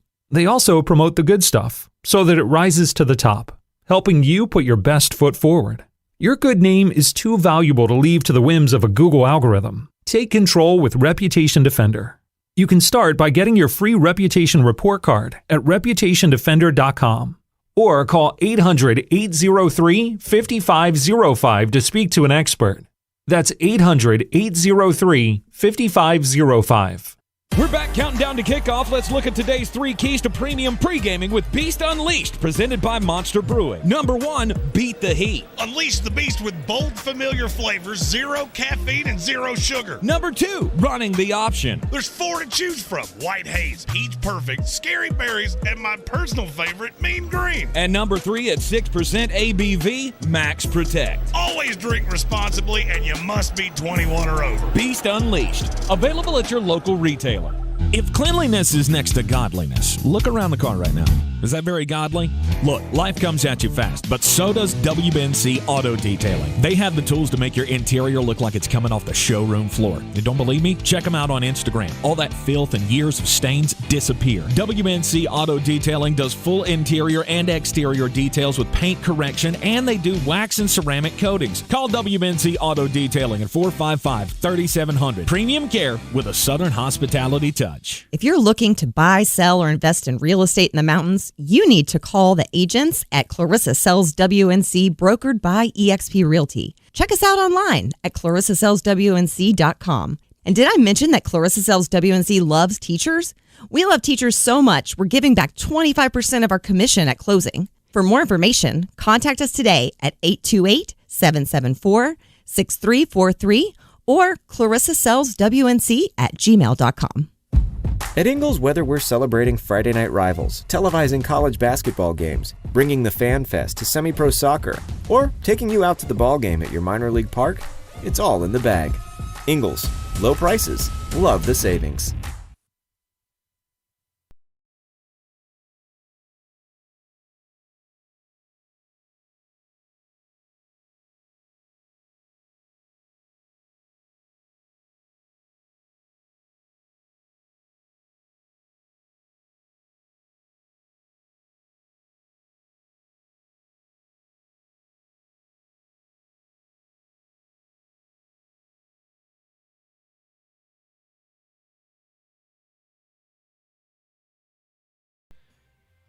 Let's look at centers.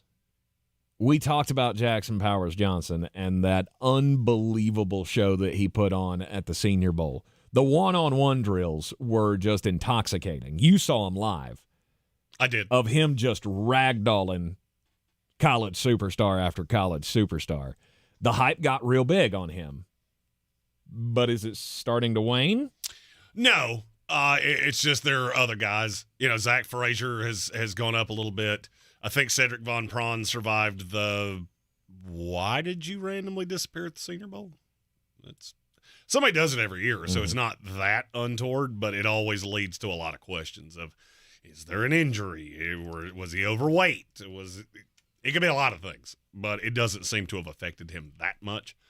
The problem is there's just not a lot of them. I mean, outside of those three, it gets a little tougher. I like Bo Limmer from Arkansas. He's my 4. And that's the order that I have them in. Powers Johnson, Zach Frazier, Cedric Von Prawn, and then Bo Limmer comes in at 4. What about Graham Barton from Duke? I see him at the top of a lot of lists. Yeah, he can play center. I'm not sure it's his best position. I like him better as a guard. And I think a team like San Francisco, who, we saw in the Super Bowl that you might need one of those. Weird how I said that all year long, and everybody said, you're stupid. Well, I don't think I am. I just kind of have him penciled in there, or he goes at the top of the second round to a team that needs a guard. I don't think you would take him to be a center, but you might. Mm-hmm. He's done it before. So like I said, I listed him at guard, not center. Okay. And then there's only really one more that I feel good about in the first, I'll go 5 rounds. Mm-hmm. And that's Drake Nugent from Michigan. And I would say I think I've got a 5th round grade on him. I've got a 1st round on Powers Johnson, 2nd on Frazier, 3rd on Van Prawn, 4th on Limmer, 5th on Nugent. It's one of the only positions where I literally have one guy per round. Okay. What makes this such a hard position to play or to star at or to make the transition to the next level at? Because I feel like we have a lot of there's a lot of prospects, but there's very few of them that can ever translate and be good. Well, I think there's a lot that goes into that. First and foremost is 99 times out of 100, if you've got a lineman that's this good, they wind up playing guard, and they become the pulling guard.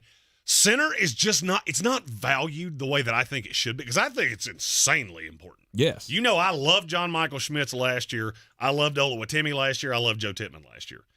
And it's not ironic to me that the best line play the Jets got was when Joe Tippmann slid in at center. Because, he can play guard, but I need somebody calling the line calls. And you get a guy like that slides in there, and all of a sudden things are hunky-dunky. Tyler Linderbaum with the Baltimore Ravens.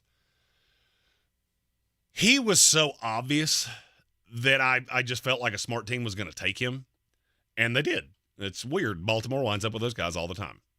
Now, you asked me what makes it such a hard position. Undersized guys wind up there way more often than you would think. Then they get into the NFL. They have short little arms, and they have big, gigantic nose tackles that just eat them for brekkie. That's one problem. The fact that guys get moved to guard because guard is now seen as a more glamour position than center. So, like Graham Barton's a good example. 20 years ago, he would have stayed at center. Now he's gone from center to guard to tackle. And now I don't think he can play tackle in the NFL, but he played tackle at Duke. So it's almost, to me, it's just the forgotten position. And if you look over the course of the last, since the last 3 years specifically, just look at how few of them have gone, and look at how many of them that were drafted later have become pretty good. Last year, Jared Patterson, he became a very useful guard for the Texans. Zach Tom, he was drafted as a center. He plays tackle now for the Packers, but if you remember, he came in as a center. Yeah. He was a 4th-round pick. Mm-hmm. And we were all dumbfounded. Like, wow. Creed Humphrey, how are you lasting until the 63rd pick? It's just because teams don't value it enough. And then they get to the end of the draft, and you start seeing guys like, sorry, Panther fans, Thomas Fletcher, who was a long snapper. Stop that. Don't do that. Dustin Woodard. I remember that was a kid that I think New England took. Mm-hmm. That I remember scouring through my notes going, yep, there's a player that we haven't even discussed because I don't know who he is. But at that point, at the late stage, you're just looking for somebody to fill slot, right? And to me, that's dumb. It's dumb. Teams undervalue this position, but look at where the best centers in the league play. When you have that guy, look at Alex Mack. Alex Mack was a phenomenal all-timer center. Every line he played on was better exponentially when he was on the field than when he wasn't. True. He left Cleveland. They went in the toilet offensive-wise. And the Falcons got better. Weird. And look, I grew up in the Nick Mangold era of the New York Jets. I can tell you. I know the game has changed. It ain't changed that much. Mm-hmm. Having somebody that can make those calls, especially if you've got a young quarterback, it is just absolutely paramount. And I think certain teams get into this body frame of, I want a guy like Jackson Powers Johnson. But then you see him, and he's so damn big that it's almost off-putting. I was standing right beside him at the Senior Bowl and just went, my God, this dude's bigger than I am. Mm-hmm. Which, that sounds weird coming from a radio idiot, but if you've never met me in person, I'm a BDD. Mm-hmm. That's a big damn dude. And he dwarfed me. I looked at the other centers. They did not dwarf me. And so we got to a point where they got squattier, like Linderbaum, but then we almost moved past that. Now we want these big hog molly type centers. It's a moving target, and it's hard for teams to find exactly what it is they want. That's why there's such a revolving door. Yep. We never talk about this, but centers and running backs, they rotate a lot. Just look around the NFL. Find the PFF keeps this. Look at the starting lineup the last 4 weeks of last year. Look at the starting lineups the first 4 weeks of this year. Look how many teams have different centers. It'll blow your mind when it's actually pointed out to you. All right, Flostradamus draft rankings. Your number one center, Jackson Powers Johnson. And then Zach Frazier from West Virginia. Yes. Cedric Von Prawn from Georgia. And some teams view him as a guard more than a center. I view him as more of a center than a guard. But he can do both. Mm-hmm. He reminds me of, the name just, Jamari Sawyer. I don't know what position you play, but you play one of them. Drake Nugent from Michigan. Yes. And then Bo Limmer. Yes. From Arkansas. And then the other two that I wanted to talk about, and I think they are draftable, Dylan McMahon from NC State, and then Tanner Bortolini from Wisconsin, who was at the Senior Bowl. I didn't get to see a ton of him. I'm curious to see how the rest of the draft process works for him, and I really need to dig more into the tape. There was a guy in the crowd that we were standing up on the mezzanine for the game, and he was very obviously, his accent was very obviously, you're from somewhere in that Minnesota, Wisconsin, Michigan realm of the world, and Tanner Bortolini was the only player he wanted to talk about. He saw the little ESPN on my lapel, and he's like, let me tell you about this guy. And I went, I'm going to listen to everything you said, and then I'm going to watch him before my own opinion, but I will watch him because you are you his dad? He's fired up for Christ. He was the only person that did that to me that didn't at some point have to go, now I should be honest, I'm his uncle, so, nope, I just love the guy that much. So I'm really hoping that we can see him at the Combine, and I can go, dude, I need you to know, there was a guy in Mobile that he might be your biggest fan. You sign a helmet and just throw it into the ether, that dude will find it. You're in the Sportsocracy. This is ESPN Asheville, 92.9 FM, 880 AM, and 1400. This is your Exergen Temporal Scanner weather forecast on ESPN Asheville. Decreasing clouds this afternoon as sunshine mixes in. Breezy to windy at times. Highs middle to upper 50s. Partly cloudy, cold tonight, low to mid 30s. Windy and colder for us on Saturday. Increasing clouds with afternoon rain showers, although snow could mix in at times at the start. High temperatures mid 40s. Sunshine for us on Sunday as we finish out the weekend. It'll be milder Sunday afternoon as temperatures climb towards the upper 50s. I'm meteorologist Ken Boone at the Weather Channel. This report is sponsored by Pfizer. COVID-19? I don't want to risk missing work. I booked an appointment for this season's updated COVID-19 shot designed to help protect against recent variants. Learn about a vaccine option and book your COVID-19 shot on schedulecovidvax.com. Sponsored by Pfizer. The madness begins in Asheville.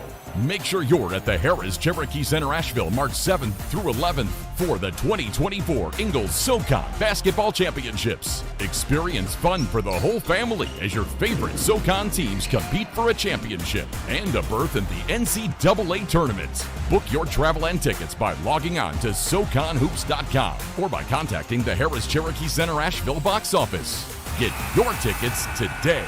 Texting enrolls you into recurring automated text messages. Consent not required to purchase. Message and data rates may apply. Hey, Dan, how you doing? Haven't seen you around the gym for a while. Yeah, I've really fallen off. Since I turned 40, I just don't get the results I used to get. Could be lower testosterone. Lower T? Yeah, I went through it a while back. Once you hit 40, your body has less free testosterone. I got Nugenix Total T, and it's made a huge difference for me. I've seen that on TV. Is it for real? Oh, yeah. The patented key ingredient is something called Testofen, which helps boost free and total testosterone levels to help you trim up and stay lean. And it's made a difference for you? Man, I feel like I'm in my 20s again. At work, in the gym, and in the bedroom. Are they still giving out complimentary bottles for people to try it for themselves? Yeah, you just need to send them a text. Text TAP to 321321 right now for your complimentary bottle of Nugenix Total T, the #1 selling testosterone booster at GNC. Plus, text now and we'll include a bottle of Nugenix Thermo, our most powerful fat incinerator ever, to help you get back into shape fast. Absolutely free. Text TAP to 321321. That's TAP to 321321. The free iHeartRadio app has over 100 original stations, like 24/7 comedy. If they were really donut holes,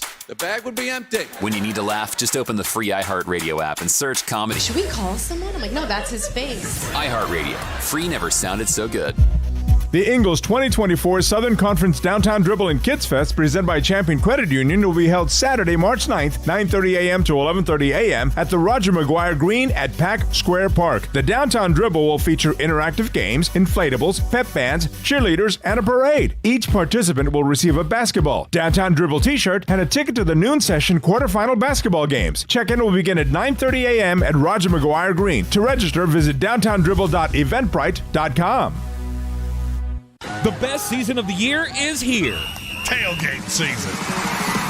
Monster Brewing presents this season's MVP. The Beast Unleashed. With 4 bold, familiar flavors. With 0 caffeine and 0 sugar. Beast Unleashed is your new pregame ritual. With White Haze, Mean Green, Peach Perfect, and Scary Berries, there's a flavor for every fan. The Beast Unleashed. 6% alcohol by volume. Unleashed responsibly. Must be 21 or over. Beast Unleashed available at your local retailer.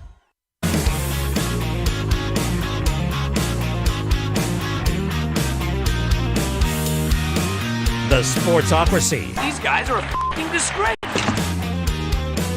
It is ESPN Asheville. You are in the Sportsocracy. It's time for another power ranking here from Flostradamus Jeremy Greene, NFL Draft Scouting ranking, pre-combine ranking of the tackles that are available. We all know you love Joe Alt. I'm about to say, don't you undervalue my love for him. Ola Fashanu, you're not as equally in love with him, but you're close. It depends on the team. I like Alt better, period, because he's a better all-around tackle. And is that the end of the elite tier? Yes. Those are the 2 top 10 picks. And look, Fashanu is, I will always say that the biggest problem that he has is how highly drafted he would have been last year. Because people thought that he was going to take this huge step forward. The problem is that did the offense take a huge step forward? No. So he kind of, I'm not going to say he regressed. He just didn't get better as a run blocker. And so I feel like people look at him and go, well, you should have been the most dominant player in college football. And there were a couple less than ideal tapes. I get it. It doesn't change the player he is. Mm-hmm. I mean, I still have a top 10 grade on him. I just don't have him as high as Ald. And if he goes to a team that throws a lot, oof.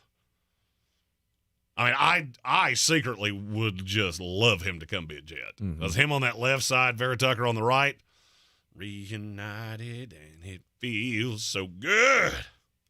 10 is the floor. You think? I believe so, yes.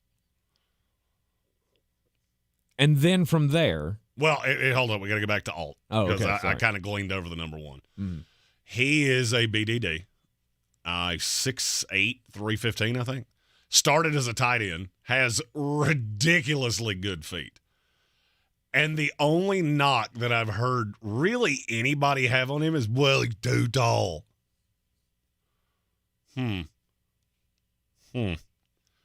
Biggest knock on my new girlfriend is she's too hot and makes too much money. First world problems, bruh. But the higher center of gravity is concerning. Not really. It's not when you have feet like that. The problem with linemen like that is, yes, there have been some, I'm thinking of Daniel Faalele specifically, of you're so big and you're so clumsy that you're never going to be elite. Let me say this again. He was a tight end when he came to Notre Dame. He's really light on his feet. That's not going to be a problem. And that wasn't me throwing shade at Daniel Faalele. It's just that to me is the best reference that I know people will remember. And he's gone to Baltimore and been a very serviceable line piece. But that's not what Joe Alt is. He's a big dancing bear that just so happens to be 6'8". Okay. I can't wait for you to I just got the list of media availabilities, and we have one with Alt. I cannot wait for you to see this guy up close and personal. I've been around football players more than you have. I think that's fair to say. When you see a guy that's this big, he's lighter than Mekhi Becton, and he's a little bit taller, but not by a crazy amount. I think it will dumbfound you how big an offensive tackle in the NFL actually is when you get the pads off of them and you just see them standing there in a pair of shorts. You don't get that very often. Right. You don't see a lot of linemen doing interviews outside of this scenario. I can't wait to see your eyes. And there's a couple others. Kingsley Suamate is another one that I saw at the combine and just went, oh boy, you carry me around like a baby, couldn't you? After Alt and after Fashanu, where does the next tier start, and how big is the gap between them and Fuaga? Talise Fuaga, yeah. He is the next tier. And by himself. Yes. And my biggest question with Fuaga is he a right tackle or is he a guard? I know he would be a really good guard. I think he would be a really good right tackle. My fear is that a team's going to fall in love with him and think they can put him on the left, and that's a bad idea. I saw him do that in Mobile, and I hope everybody was paying just as close of attention as I did. Well, that rumor that your Jets were in love with him. Jets are in love with him. Came out right before the scouting combine, so maybe they saw the same thing and went, nope, that's not the left. Well, all I can tell you is I had a pair of binoculars. They had a pair of binoculars, and it was pretty easy with mine to see where theirs were pointing, and it was at that BDD quite often. So they were watching closely. And look, I think he's a really good player. I just think he's a step. He, to me, is a notch below Alt and a notch below Fashanu.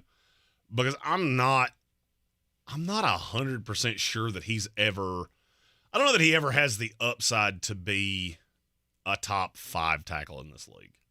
And if I'm taking a guy in the top 10, I really need you to be that. I think he fits better in the teens. Like if I'm the Jets, I'd be trying to trade back.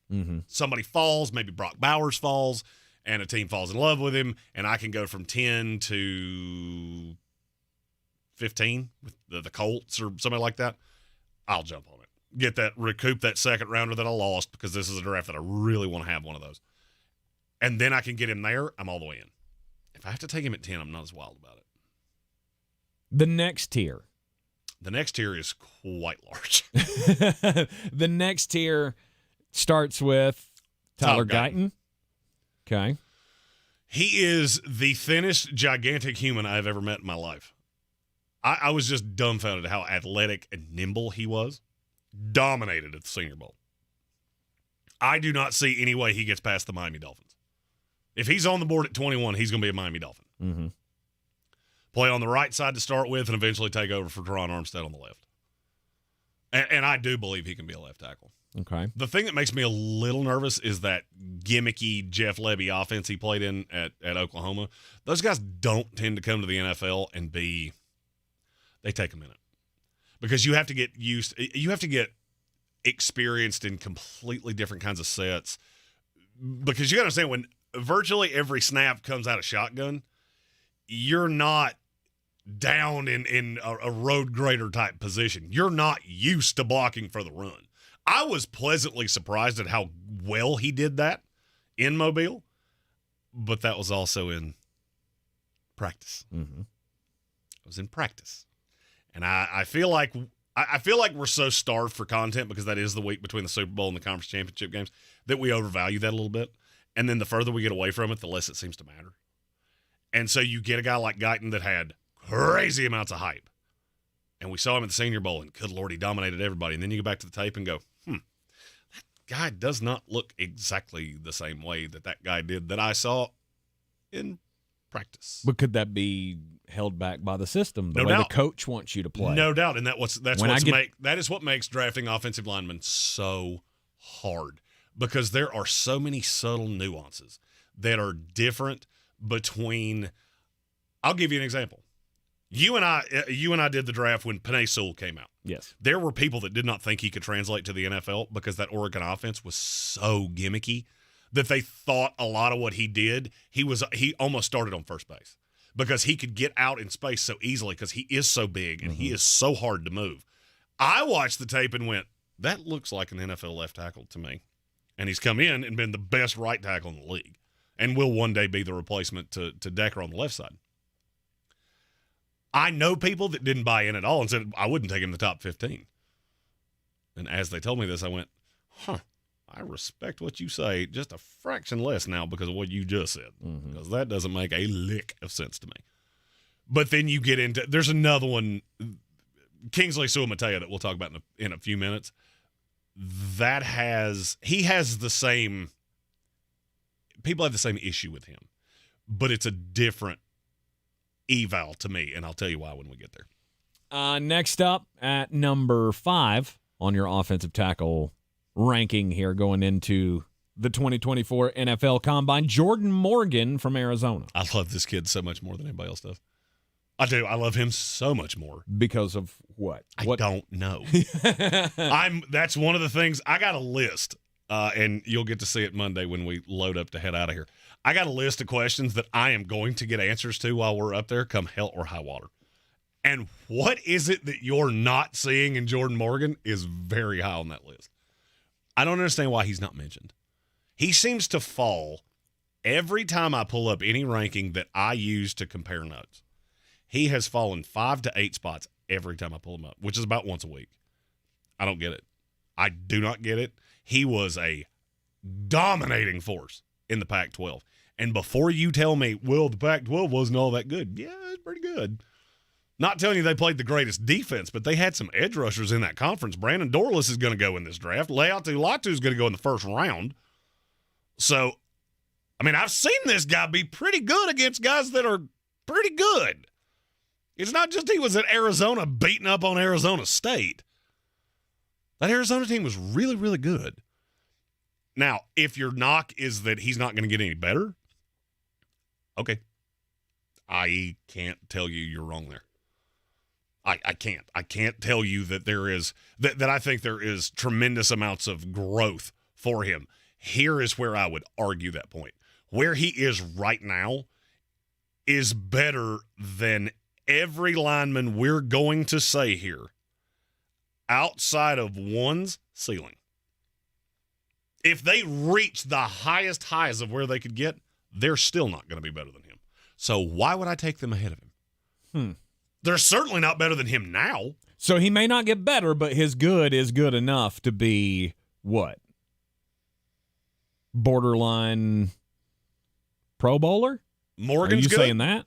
I think he can be consistently a top 10 left tackle in this league. Oh, okay. People throw around Pro Bowler way too easily. First of all, Pro Bowler doesn't mean all that much. I really care way more about All-Pro. Do I think he has that kind of upside? No, not really. That's why I asked about Pro Bowl, because I didn't think so. You got to be real special to be all-pro. You got to be top 2 at your position to be all-pro. Yes. You be a Pro Bowler, that's still achieving something. That's still you still made the All-Star team. I mean, there are only a few cases where that doesn't matter. It is.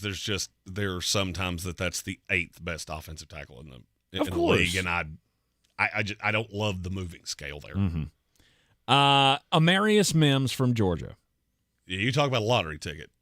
You remember what we said last year about Broderick Jones? Man, the good's really good. I just didn't see enough of it. Et tu, Brute.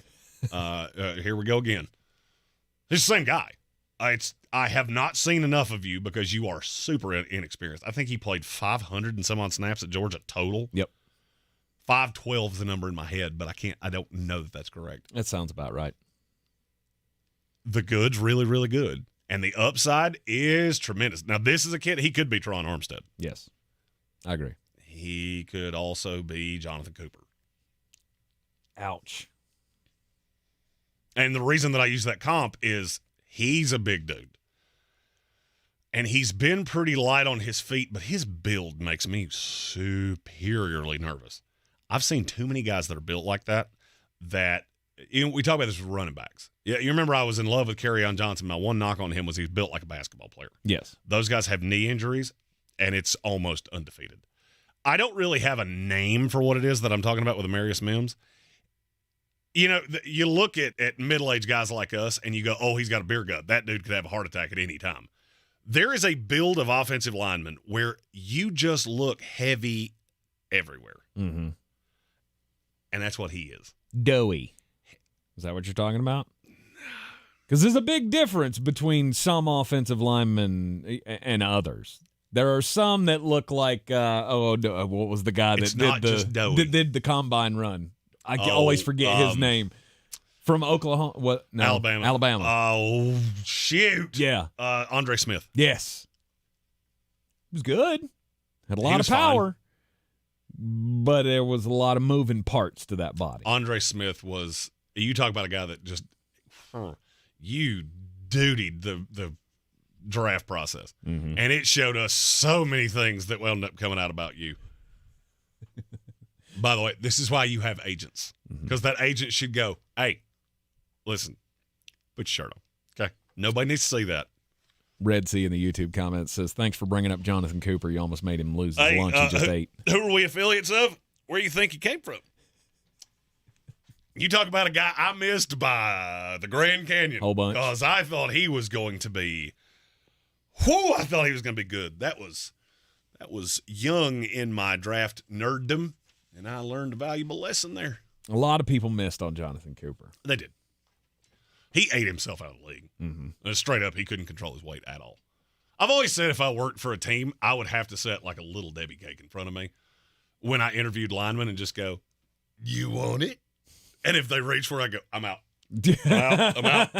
I'm out. Because that is the number one thing that scares me about so many of these linemen, is it's so easy. I mean, look, I am this size. There are linemen in this draft that are the same size I am. It is so easy to gain weight when you're built like this. And people don't understand that. They really do. And I'll give you an example. The Mark Starlings and Brian Halls of the world, that you have these athletic builds. You don't understand. I can gain 10 pounds in a weekend. And it is not that hard. Now, I can lose 10 pounds in a weekend, too. Mm-hmm. And that's not necessarily all that hard either. But you don't fluctuate weight like we do. Tell us about Kingsley Sumatea. The biggest knock on him is that he has never really shown me a great ability to run block. And so I don't know where you play. Usually when you have a guy like him, you just go, well, he can play guard. Well, not if you can't run block, he can't. And he's got really long arms. He just does. He has the build of a tackle, but he has the game of a swing tackle. But then I saw him at the combine, and he had really aggressive, really physical hands. And I saw a frame there that I just thought, you could be that. You skipped one, though, just so you know. J.C. Latham is one spot in front of Kingsley Sumatea. Oh, okay. Excuse me. J.C. Latham. This seems terribly low. I don't like him. Because a lot of people who do what you do have him in the top 3. How many gigantic Alabama offensive linemen do you have to see that were coached by Nick Saban that come into the league and don't ever get one drop better? How many of those do you need to see before you stop falling for this? I have a 3rd-round grade on J.C. Latham. Wow. And I think people are figuring it out because I'm seeing him drop like a rock. He was in the top 10 for an extended period of time. I'm seeing him in the 20s now, and I think he'll finally settle somewhere in the 2nd round. I don't know what it is you're seeing. You tell me how good he is. Look at what's around him. Mm-hmm. The left tackle will go in the top 10 when he comes out. That's how good he is. And his name is eluding me now because we're full on into draft season, and he ain't in this class. So I don't care. I will resume that in the summer. Yep. If you're not in this class, you don't matter right now. Nope. But you look at the pieces around him. You had a really mobile quarterback, so you're not seeing the hellhounds like you're used to. He's big, he's slow, and he's plodding, and I think he's a guard. Evan Neal. Watch Evan Neal and tell me you don't see J.C. Latham real fast. Mm-hmm. Now, his floor is safer than Sua Matea. Sua Matea might not be in the league in 3 years. Latham will be like, and I hate to re-reference this because I saw a couple Bengal fans say, that Andre Smith name makes me very queasy. That's his floor, is that he has a good, not great, uninspiring career as a right tackle and a guard. And that's where I see him. All right, that's the top of your tackle rankings here. Any other names that we need to mention before we get out of here? Kyron Amagadofi, I think is how you say it. I haven't gotten the pronunciation good. His kid out of Yale. I like him a whole mess. Patrick Paul from Houston, if you don't need a guy that's going to play right now. It may take him a year or two. Christian Jones from Texas was really good in Mobile. I'm interested to see what the combine looks like for him. And then you get into this weird, like, 5th tier. These are guys that are going to go late day 2, early day 3. And you talk about spin the wheel of destiny with Javon Foster from Missouri, Julian Pearl from Illinois, Matt Goncalves from Pittsburgh, Blake Fisher from Notre Dame, Roger Rosengarten from Washington. In the right system, 8-year starters. In the wrong system, I'll see you in the XFL in 2026. And that's it's that basic. And then one deep flyer, Jeremy Flax from Kentucky. He, if you can keep him away from the buffet line, he could be one of those 5th-round picks we look back on and go, how did nobody see this? Or if you don't have him on a really regimented dietary program, it could get sideways in a hurry. You're in the Sportsocracy, and this is ESPN Asheville. Before we go to the break, we got a super chat from our buddy Soaring Eagle. Yeah! Didn't mean to miss that, but one more thing about the cap. Broncos have $10.7 million. Russ's dead cap is $8 million, which means nah. Hey, bye-bye, let's ride!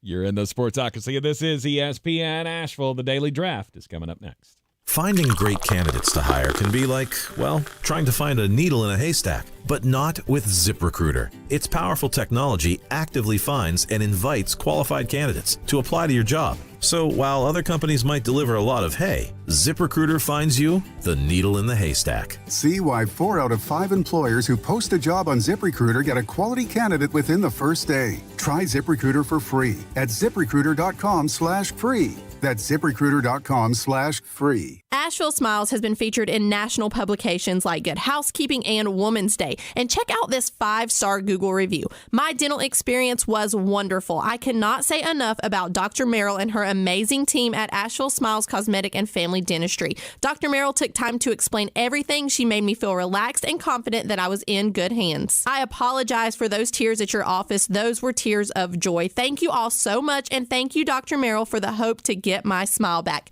Check out Asheville Smiles online at ashevillesmiles.com. What's better than winning a prize on a Multiply the Cash scratch-off? Oh, hello? Well, I guess I'd say probably... Winning every single prize. What's better than winning every single prize? I can't think Winning every prize times 2 with the Win-All Doubler. Well, you don't need me here, so I'm going to go pick up a scratch-off. You multiply the cash from the North Carolina Education Lottery with a chance to win every prize doubled. Must be 18 to play. Approximate overall odds of winning range from 1 in 3.77 to 4.71. Problem gambling helpline. 877-718-5543. Make sure you're at the Harris Cherokee Center, Asheville, March 7th through 11th for the 2024 Ingles Southern Conference Basketball Championship. Experience fun for the whole family as your favorite teams compete for the championship and a berth at the NCAA tournament. Get your discounted tickets to the 2024 Ingles SoCon Basketball Championship at your local neighborhood Ingles markets. For more information, visit SoConHoops.com. The 2024 Ingles Southern Conference Basketball Championship at SoConHoops.com. Showtime Sports and Mountain Graphics have teamed up under new ownership by an Asheville native to better serve our community with the finest custom apparel and unique branded items at the best price. Showtime Sports and Mountain Graphics can customize whatever you, your team, business, or local group may need through high-quality screen printing, embroidery, and laser engraving right here in Asheville. Free personal delivery within Buncombe County and a reduced delivery fee anywhere in Western North Carolina. Visit ShowtimeSportsAVL.com and MountainGraphicsAVL.com. Your one-stop custom apparel shops. If you're looking to buy, sell, or invest in real estate in the mountains, you need to call the agents at Clarissa Sells WNC, brokered by eXp Realty. Check us out online at ClarissaSellsWNC.com. Download our free app on Google Play or the App Store. Type in Asheville Home Search. You'll be able to connect with our team and see all the available homes for sale in our area. For more information, contact us today at 828-774-6343 or ClarissaSellsWNC@gmail.com. This is your Exergen Temporal Scanner weather forecast on ESPN Asheville. Decreasing clouds this afternoon as sunshine mixes in. Breezy to windy at times. Highs middle to upper 50s. Partly cloudy. Cold tonight. Low to mid 30s. Windy and colder force on Saturday. Increasing clouds with afternoon rain showers, although snow could mix in at times at the start. High temperatures mid 40s. Sunshine force on Sunday as we finish out the weekend. It'll be milder Sunday afternoon as temperatures climb towards the upper 50s. I'm meteorologist Ken Boone at the Weather Channel. From the Ingles Studios, this is ESPN Asheville, WPEK, W225CJ Fairview, WMXF Waynesville, and iHeart radio station. Woody and Wilcox. All the holidays are pet holidays now. Is that what it is? Get ready for Cinco de Mayo. You and your dog doing shots together. Right. So hard to teach your dog to suck the lime. Weekday morning starting at 6 on Asheville's Real Rock. Rock 105.1.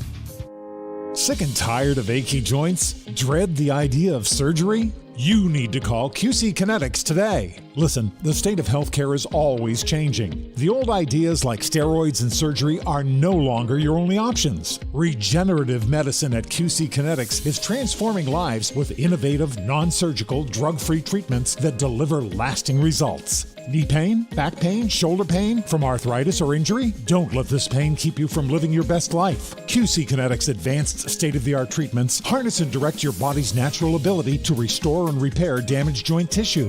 This is a revolutionary approach that can get you long-term relief with no downtime. Make 2024 the year you reclaim your mobility, reclaim your independence. Walk and run and play and live without the danger and trauma of surgery and without harmful drugs. Call QC Kinetics now for a free consultation. Phone 828-333-9517 in Asheville and in Greeneville. The Sportsocracy. It fires me up, man. I love it. Say it one more time. The Sportsocracy. Shake it back! Beer City's best sports talk. It is gross. Just earlier. They are mature, actually. You just have to get to know them better. Your lunchtime dose of dumbassery. Live from the Ingles studio.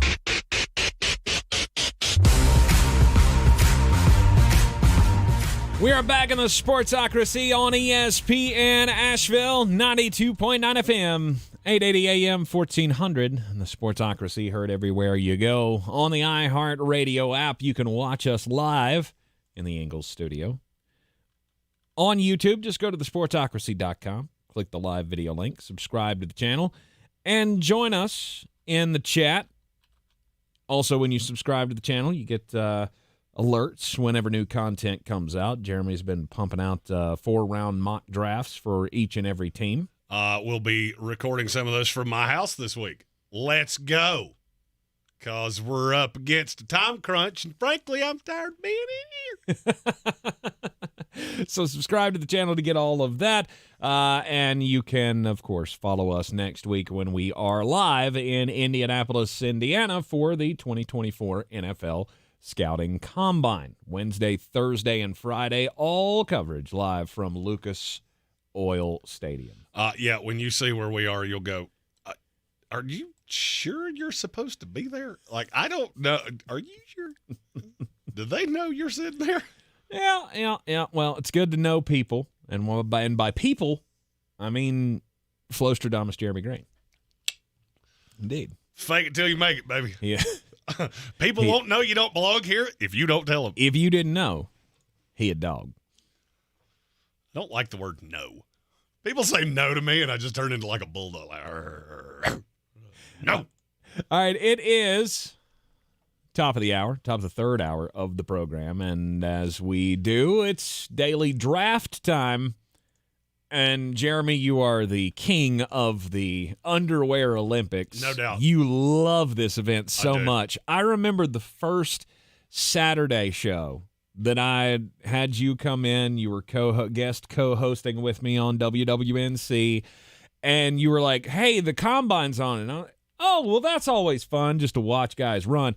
He was so locked in, I was just dumbfounded that anybody could be that intrigued by what is happening, what is taking place, because there's a reason that we all call it the Underwear Olympics, because those of us who don't enjoy the draft or appreciate it as much as it maybe should be appreciated, we look at this and go, this is a useless event.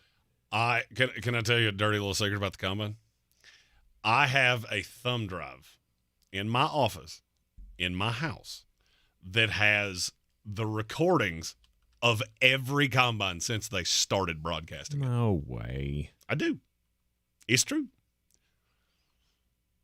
Just in case I miss something, I can go back and watch it. Interesting. They don't have that stuff on YouTube. Let's say now the NFL sends it to me, which is, you told me one day that'd be a thing, I would have said you were smoking crimes. You just search that on YouTube like we do, like the normies have to. Yeah, when people say, I watched the tape, or did you watch YouTube highlights? Because there's a big old difference between those two things. All right, best combine performances of all time.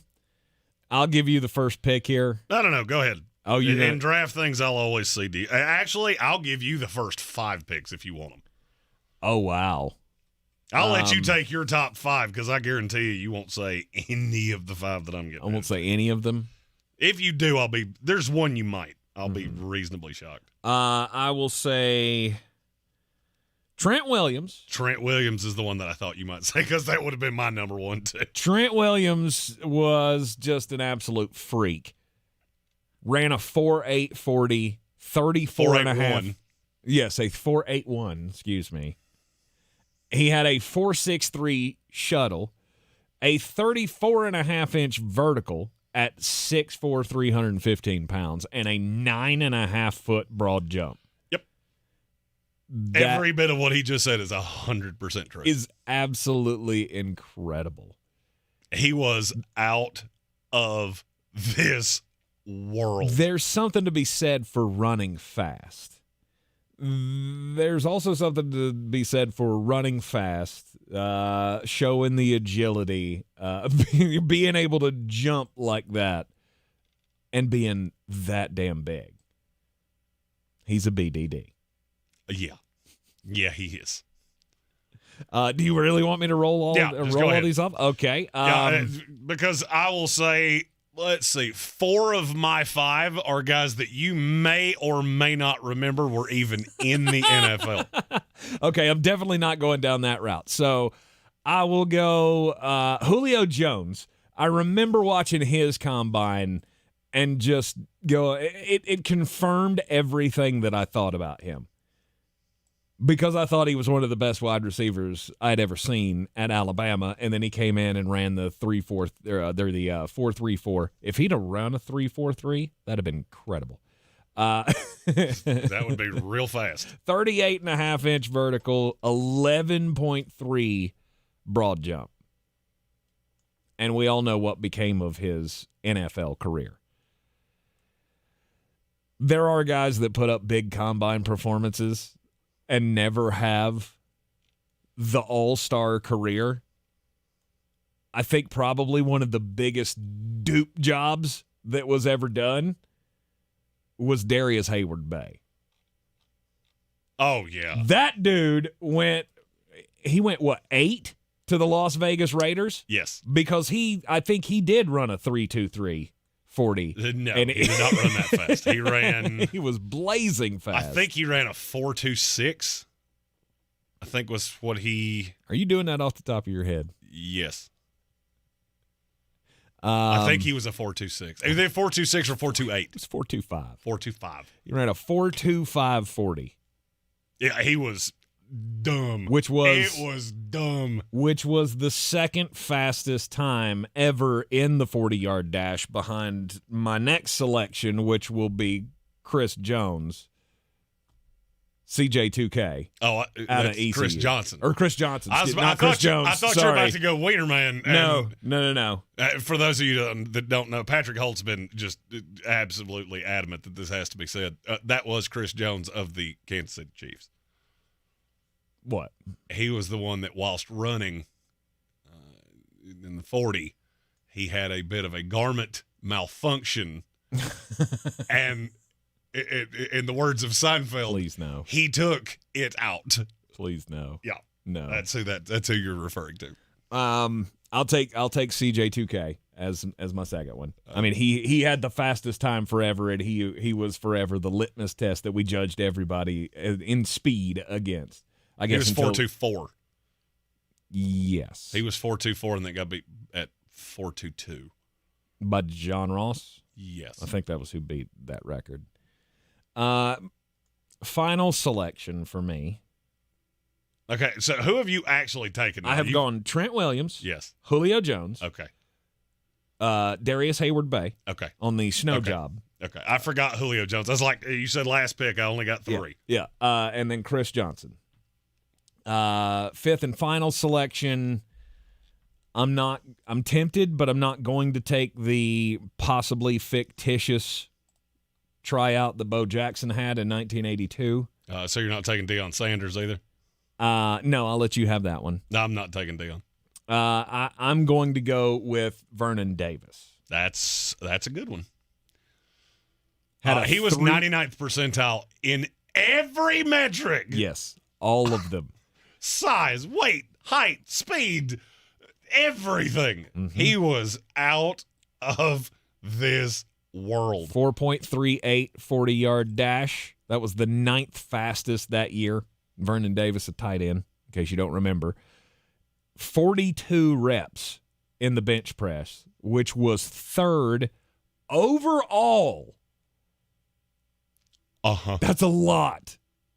42-inch vertical, 2nd overall that year. And then he had a 10.8 broad jump as well, which put him just outside of the top 15. He was crazy. He was out of this world. Freak. And had a wonderful career to follow it up. Okay, I'm going to see if I can do all of mine off the top of my head. Do you have like a list of guys over there? Because I would say all of mine will be on the lists. I have a couple of lists up, so I'll see if I can add something. Add some color to your selections here. Don Terry Poe is my first one. Yes. He was 346 pounds, ran a 4.89, and hit if I remember correctly, he had almost 18 miles an hour when he ran. 16.7. Okay, so it was almost 17. Mm-hmm. He was the first one over 330 pounds to ever run a sub 4.940. Yes. He was ridiculous. I remember watching him going, that dude's not of this world. Mm-mm. I don't think that dude's human. And then, well, you know, he went to the league and people quickly figured out, hey, just because you run good doesn't mean you play good. You talk about a guy I was drunk on. Don Terry Poe? Don Terry Poe. Really? Yeah. Shaquem Griffin, I will say him if nothing because he ran a 4.41 with one hand. Mm-hmm.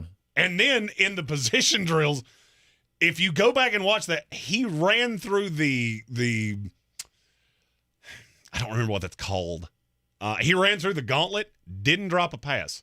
Nobody ever talks about that. That always dumbfounds me. He had a glove on his one hand and did not drop a pass, literally alternating. It was out of this world to watch. He also put up 20 reps on the bench press with a prosthetic attachment to his arm. And he actually set the record for the fastest 40 for a linebacker at the combine in history. His official time was 4.38 in the 40. Oh, was it that fast? Mm-hmm. I thought he was a 4.41 for some reason. Stephen Paella is my next one. And there's only one stat you need to know about him. Bench press. 225 pounds. He put it 49 times. Yes. Just do me a favor. And I actually, a group that I used to work with, we did this at one point. Take a 25-pound dumbbell, lay flat on your back, and try to push that up 49 times, and just realize how tight your arms get towards the end, and realize that he did that with 225 pounds. Insane. I can't even figure out how to make the video game do 49 bench presses on the Madden game. Well, you can't. It prevents you from doing that. Oh, does it? I don't think I've ever gotten past 12. So 12's actually not bad, depending on what position you play. Bruce Campbell, you remember him, the offensive lineman out of Maryland. He ran a 4.75. His I do remember. He was 6'6", 315 pounds or something like that. And he didn't even look like an offensive lineman. I remember thinking that was – do you have the year on that? I do not. I want to say it was in the late 2000s. It wasn't. He wasn't even on this list. It was in the late 2000s, early 2010s. I remember watching him going, if I was drafting him to be a tight end, I would be real impressed by this.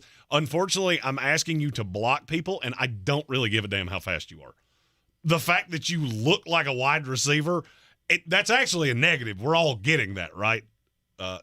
Nope, we didn't all get that right. We did not. Bruce Campbell from Maryland? Yes. This was 2010.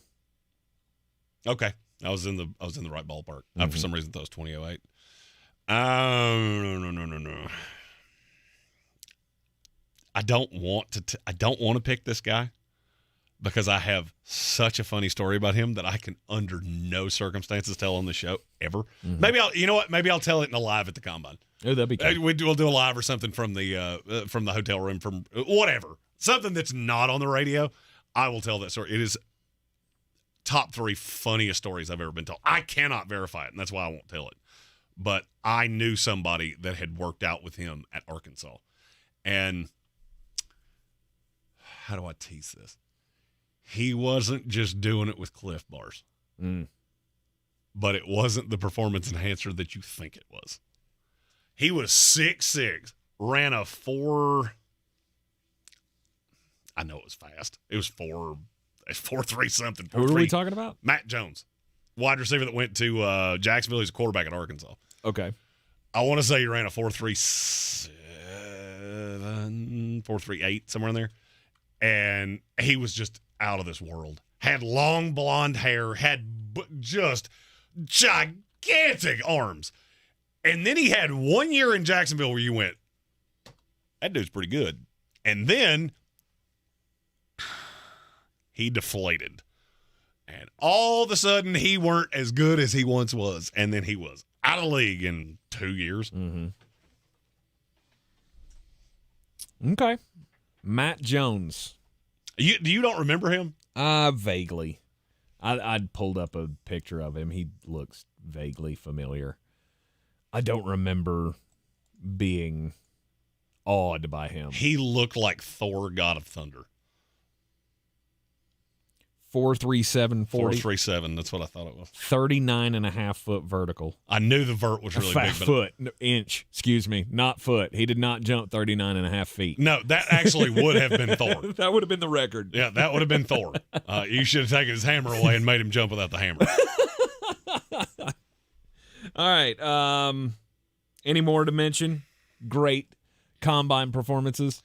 I remember Fabian Washington was really special. Nolan Smith last year was really special. Mm-hmm.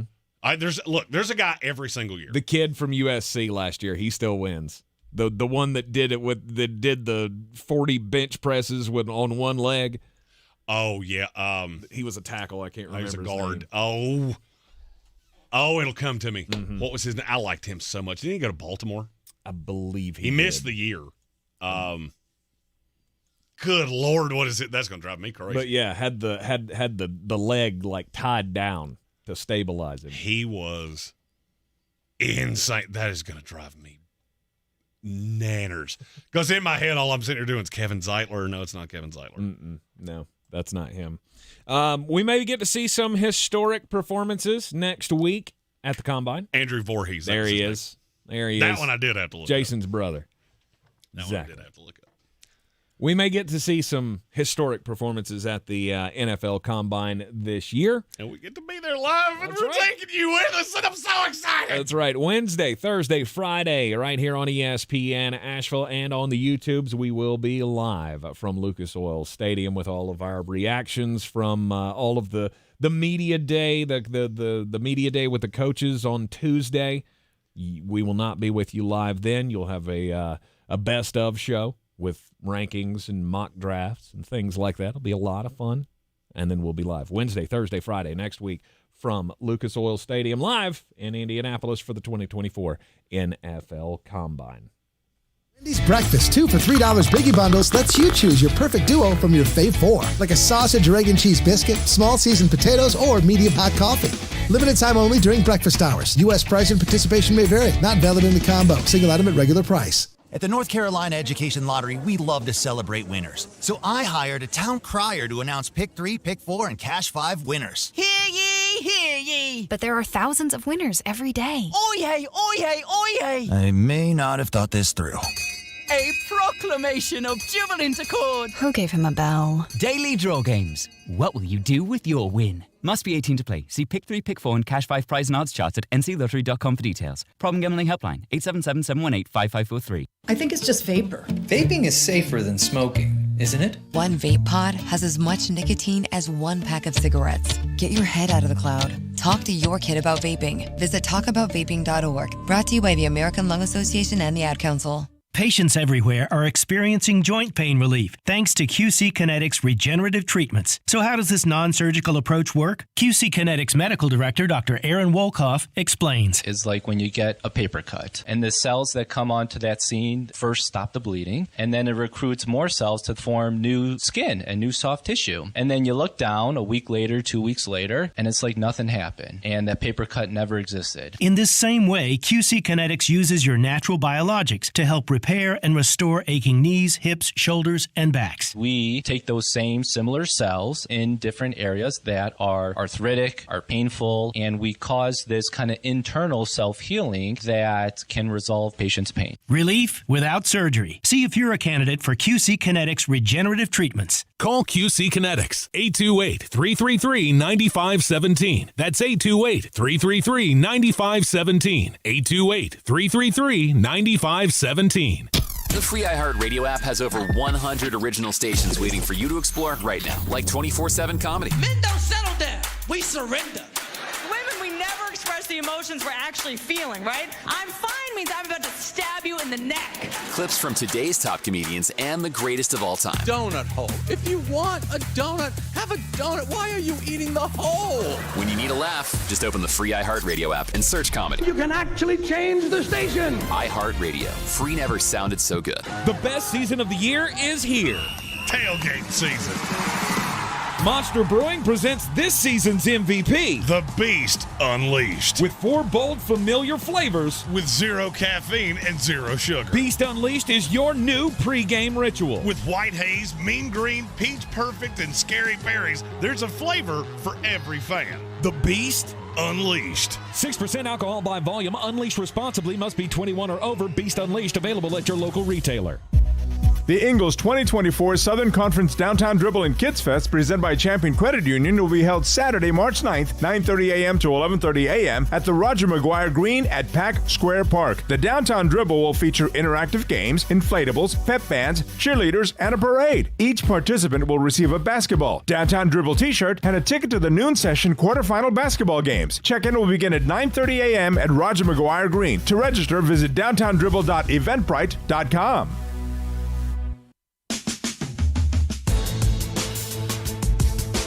The Sportsocracy. Pull up your pants, take off the bra, and be a man! It is ESPN Asheville. This is the Sportsocracy, continuing with the Flostradamus, Jeremy Greene, pre-NFL Combine offensive rankings. We haven't talked about guards yet. He's a guard. He's a guard. He's a guard. He's a guard. All right, this is, I tried to squeeze in Graham Burton in the centers. Barton. Isn't that what I said? You said Burton. Okay, excuse me. Graham like Barton. Lord Burton. Ah, yes. No, this is Caterpillar Chevrolet. Barton from Duke. Is he at the top of your guard class? Barton? Yeah. He's up there. He's my 2. Okay, who's ahead of him? Christian Haynes, kid out of UConn, who he had an unbelievable week in Mobile. I was already high on him anyway. I thought he was a top 50 player in the first place. And then you add in what he did there, and then I went back and watched the film. He just had a real lack of talent around him. And I think that kind of hurt the evaluation, but then when you put him in a phone booth, you realize how good he actually is. I think he's a plug-and-play day one starter, and I won't be totally shocked if he finds a way into the back end of the first round. Really? I think it's more likely he's probably first 10 picks at the second round, but I could see a path. I have seen a lot of mock drafts that only have Barton in the first round. I don't think Barton's going to find a way to the first round. I would be a little surprised just because there's not a lot of buzz on him, and I don't think he's going to create that buzz. Look, at the end of the day, no matter how good a scout you are, no matter how long you've been doing this, you are still susceptible to the most recent thing that you have seen. And the worst thing you can be through this process is silent. Those guys tend to, I'm not going to say fall, they just kind of settle. Because I thought Barton was into the first round, beginning of the second round anyway. Now I'm starting to think he's settling into that beginning of the second round, middle of the second round. What's the knock? Don't really know what position he plays. He has bounced around the line, and yes, he's been good at it. He does have that Zach Tom element of him that I know you can do something. I'm just not really sure what it is. But he, for me, falls more into you could be a jack of all trades, master of none. And I'm not sure that you ever have a position that makes total sense. So I don't love that. That always makes me nervous when I can't really put him into a box. I can put Christian Haynes in a box. He's a house that you're going to be able to run right up his keister. And he bends well. There's a lot that I really like. To me, he's a very stereotypical guard for right now. Some people think he's too heavy. I don't agree with that. And if you like Cooper Beebe, I really need you to explain to me how Christian Haynes is too big. One of our mailbag, which we'll do at the end of the hour, was lambasting me for liking Christian Haynes because he's so overweight. And then at the end was like, you should really be on a Cooper Beebe's the best guard in the class. You know he's 20 pounds heavier than Christian Haynes, right? Is he 3 inches taller? 2. 2? Okay. Well, I guess that jives. It does that they have the exact same body frame. I will never understand. Okay, GTS. Google that it. Stuff. Yep, Google it. Christian Haynes at 1. Graham Barton from Duke at 2. And then is this he's a guard from Washington, Troy Fautanu? I think Fautano's a guard. I do have a weird feeling, and I don't like being the bearer of bad news. Well, yeah, I kind of do. Your team seems like one that really likes him and has a preconceived notion that he's going to slide in on the right side and play tackle. Fautano's just a guy that I think is going to go too high. It's not that I don't like him. I feel like when people hear these things and I am lower on somebody than maybe the masses are, it's not that I'm lower on him. I just think they're too high on him. And you're really setting this kid up for failure because he has played tackle. I don't really see any possibilities he's going to do that in the NFL. Mm-hmm. And if you think you're going to bring him in the first round with the anticipation of playing him at tackle, okay, he's already down 7.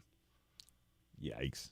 I mean, because how many Sounds players like have we done something that to with? Ike McQuana is a perfect example of that. Absolutely. I told you from Jump Street, he is a guard. He has been a guard every second that he's been in the league, but you took him at 6. So now you're too proud to say, yeah, we boo-boo kittied that. You could have an excellent guard and replace him on the left side, and you'd be hunky-dunky. But there is somebody that likes to throw drinks on people that is too proud to say, I boo-boo kittied, and do that. Mm-hmm. And I think Fautano could fall into that exact same area. Yeah.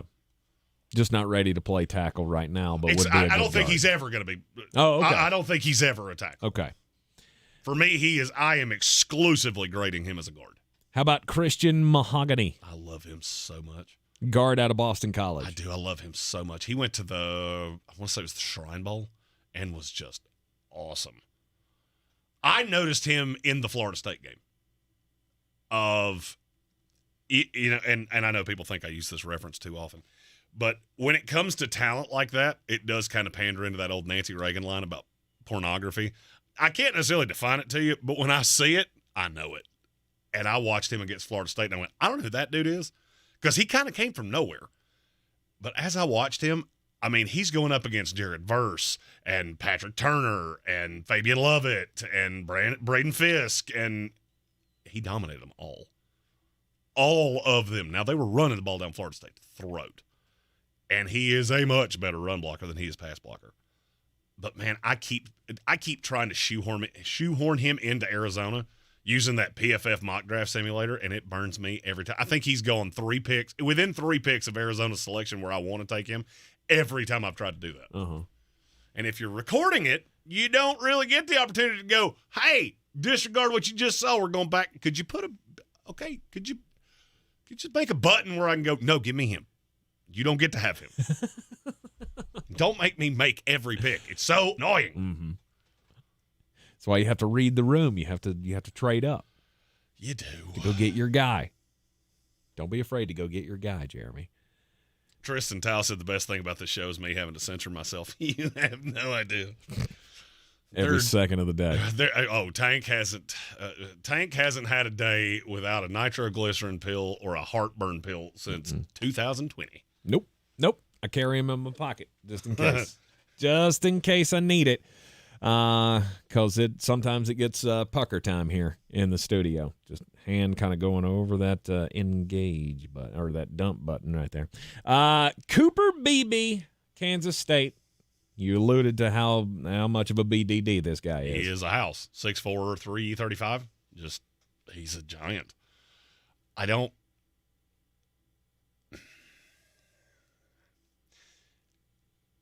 These two players are nothing alike. So I just need to preface that. When you've done this as long as I have, you start to hear a name and it brings up another name.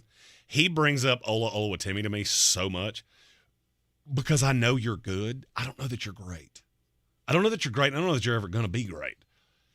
But, man, a lot of people seem to think you are.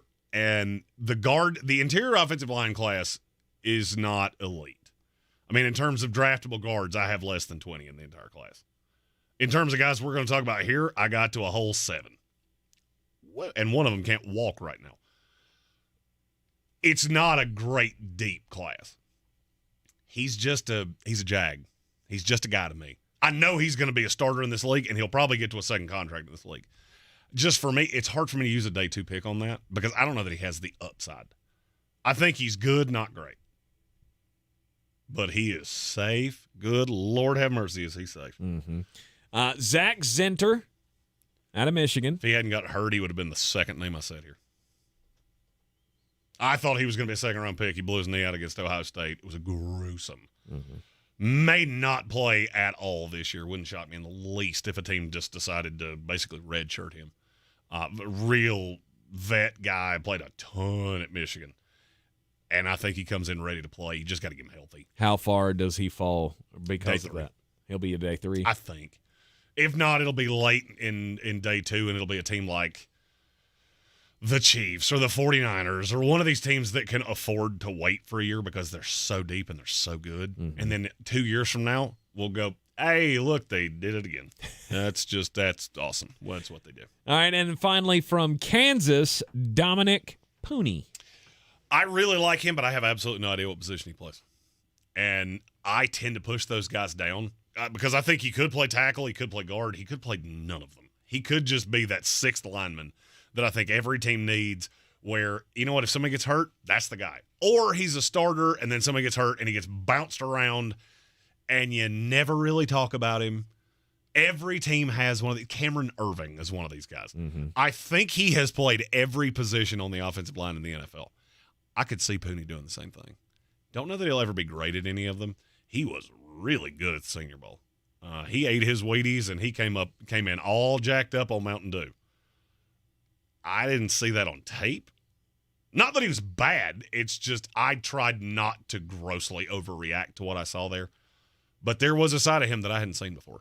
So, All right, there's your guards to watch during the 2024 NFL Scouting Combine in Indianapolis. This is the Sportsocracy. We will return after this. This is your Exergen Temporal Scanner weather forecast on ESPN Asheville. Decreasing clouds this afternoon as sunshine mixes in. Breezy to windy at times. Highs middle to upper 50s. Partly cloudy. Cold tonight. Low to mid 30s. Windy and colder for us on Saturday. Increasing clouds with afternoon rain showers, although snow could mix in at times at the start. High temperatures mid 40s. Sunshine for us on Sunday as we finish out the weekend. It'll be milder Sunday afternoon as temperatures climb towards the upper 50s. I'm meteorologist Ken Boone at the Weather Channel. This report is sponsored by Taco Bell. Taco Bell's new Cravings Value Menu is a big deal. Or rather, it's 10 big deals. From new items like the loaded nachos to familiar favorites like the spicy potato soft taco. Check it out at a participating Taco Bell today. Available for a limited time only while supplies.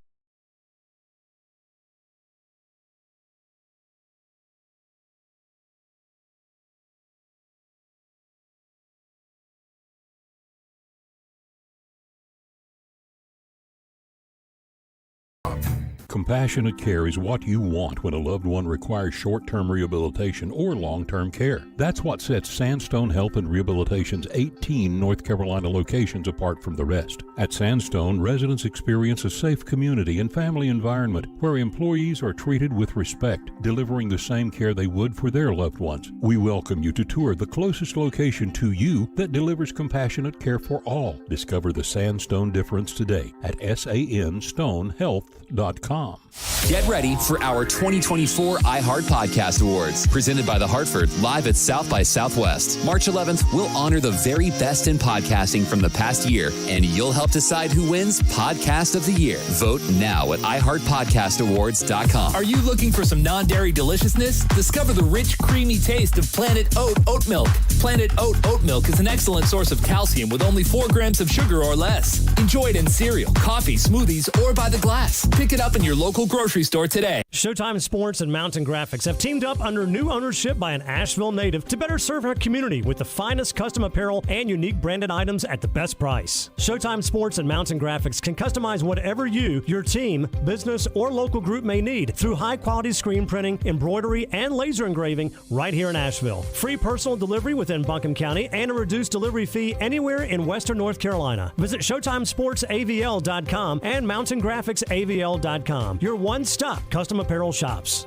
If you're looking to buy, sell, or invest in real estate in the mountains, you need to call the agents at Clarissa Sells WNC, brokered by eXp Realty. Check us out online at ClarissaSellsWNC.com. Download our free app on Google Play or the App Store. Type in Asheville Home Search. You'll be able to connect with our team and see all the available homes for sale in our area. For more information, contact us today at 828-774-6343 or clarissasellswnc@gmail.com. If cleanliness is next to godliness, look around the car right now. Is that very godly? Look, life comes at you fast, but so does WBNC Auto Detailing. They have the tools to make your interior look like it's coming off the showroom floor. You don't believe me? Check them out on Instagram. All that filth and years of stains disappear. WBNC Auto Detailing does full interior and exterior details with paint correction, and they do wax and ceramic coatings. Call WBNC Auto Detailing at 455-3700. Premium care with a Southern hospitality touch.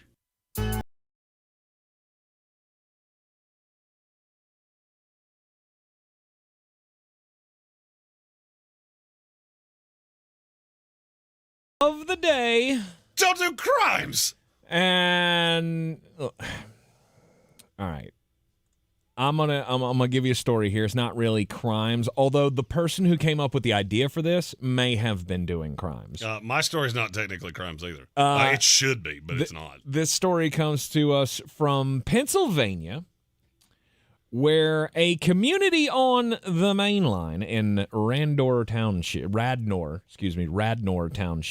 Pennsylvania. So there's an Amtrak track that goes through town.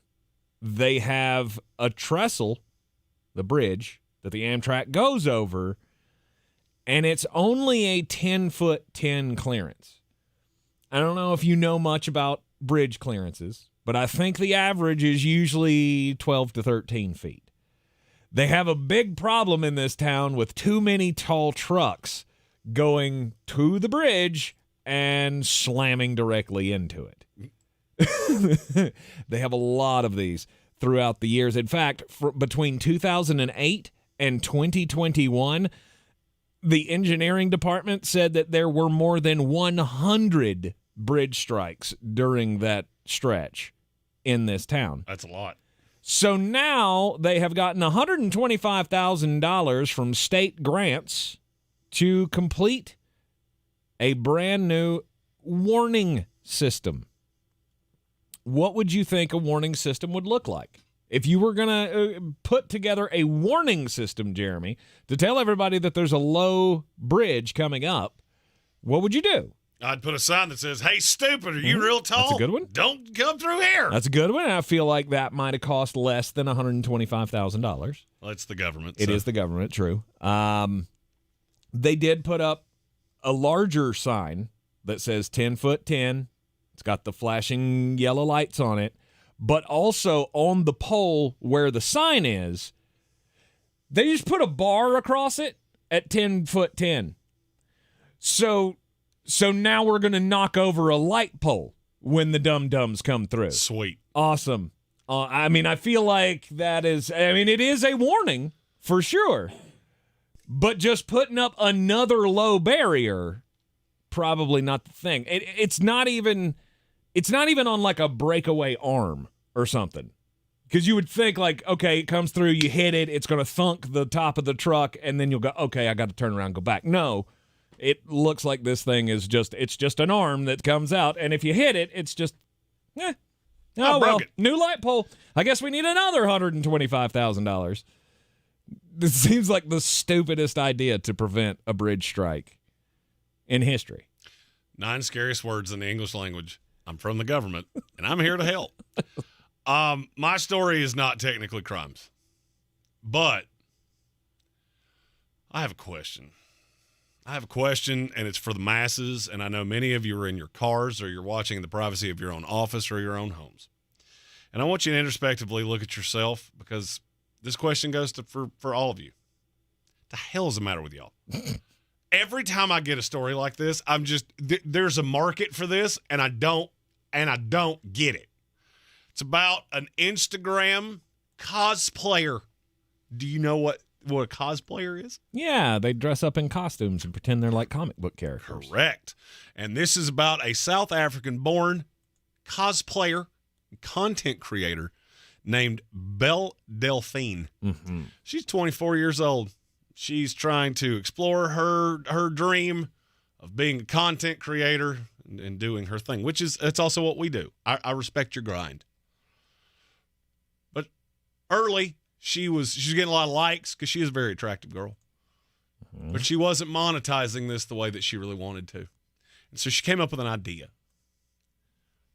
She was going to sell an item of hers to the masses. Oh, no.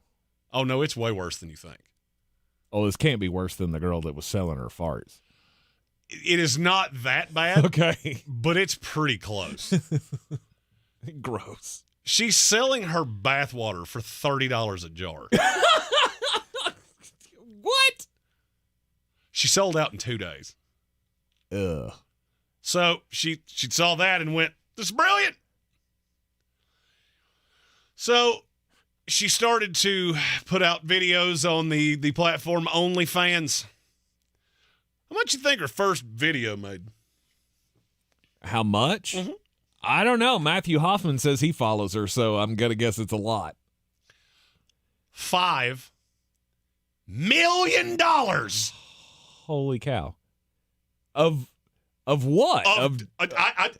I don't know. Okay. I didn't pay whatever it cost. I just came across the story because of what she said at the end. Do you know what she used the $5 million she made off one video? To buy another bathtub. She bought an 8-bedroom dream house. Good for her. In cash at 24 years old. Off a video and jars of her bathwater. Meanwhile, Tank and I are sitting here slogging along through mock drafts 32 at a time, and we had made $5 million. Well, here's the thing. I don't even need $5 million. No. I need like $500,000. I have yet to meet a single person on this planet, Jeremy, that wants to see me scantily clad as a comic book character. And I don't think anybody really wants my stink of the day bathwater. Oh, that's just nasty. That's got my stink of the day in it. It's got all your it's a certain kind of soup that I refer to that as, and it's not something that you should ever ingest. And you should never even share it with people. This is one of those things that you shouldn't even be able to send your bathwater in the mail. This should be like one of those customs things. 100%. Yeah. Like you're trying to bring in dried monkey butts into the country. We're not doing that, and we're definitely not bringing back soiled bathwater. Mm-mm. That's got some kind of parasite in it. I know it does. Oh, Peter, that's just nasty. People are absolutely depraved. Gross. The smartest thing anybody ever said to me in my life, it was a college class I took. Professor said, look to your left, look to your right. And now just understand that if you could read the minds of the two people that you just looked at, you would run out of this room screaming. And every story that I hear like this confirms that story was true. Stop being gross! Stop being gross! You're in the Sportsocracy, and this is ESPN Asheville. We'll talk some Philadelphia Eagles coming up next. Pretty disturbing story about Nick Sirianni came out earlier today. We'll get to that. Plus, we had a cut made in the NFL.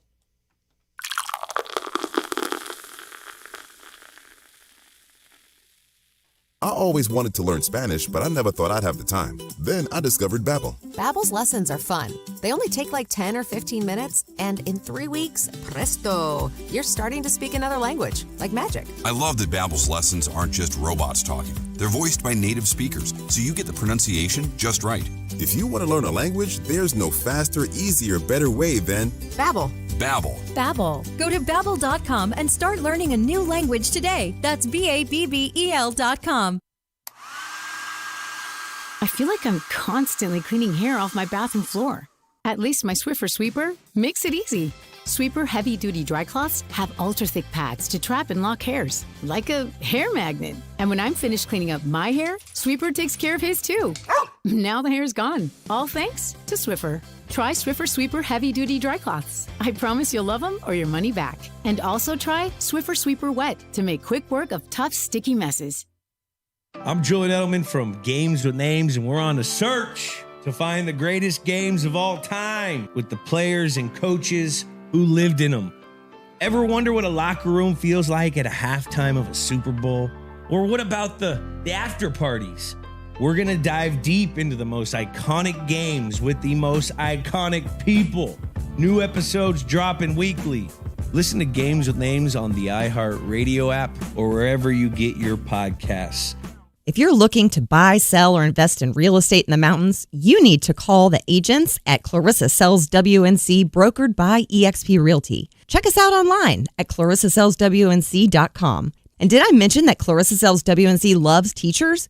We love teachers so much, we're giving back 25% of our commission at closing. For more information, contact us today at 828-774-6343 or clarissasellswnc@gmail.com. We're back counting down to kickoff. Let's look at today's 3 keys to premium pre-gaming with Beast Unleashed, presented by Monster Brewing. Number 1, beat the heat. Unleash the beast with bold, familiar flavors, 0 caffeine, and 0 sugar. Number 2, running the option. There's 4 to choose from: White Haze, Peach Perfect, Scary Berries, and my personal favorite, Mean Green. And number 3, at 6% ABV, Max Protect. Always drink responsibly, and you must be 21 or over. Beast Unleashed, available at your local retailer.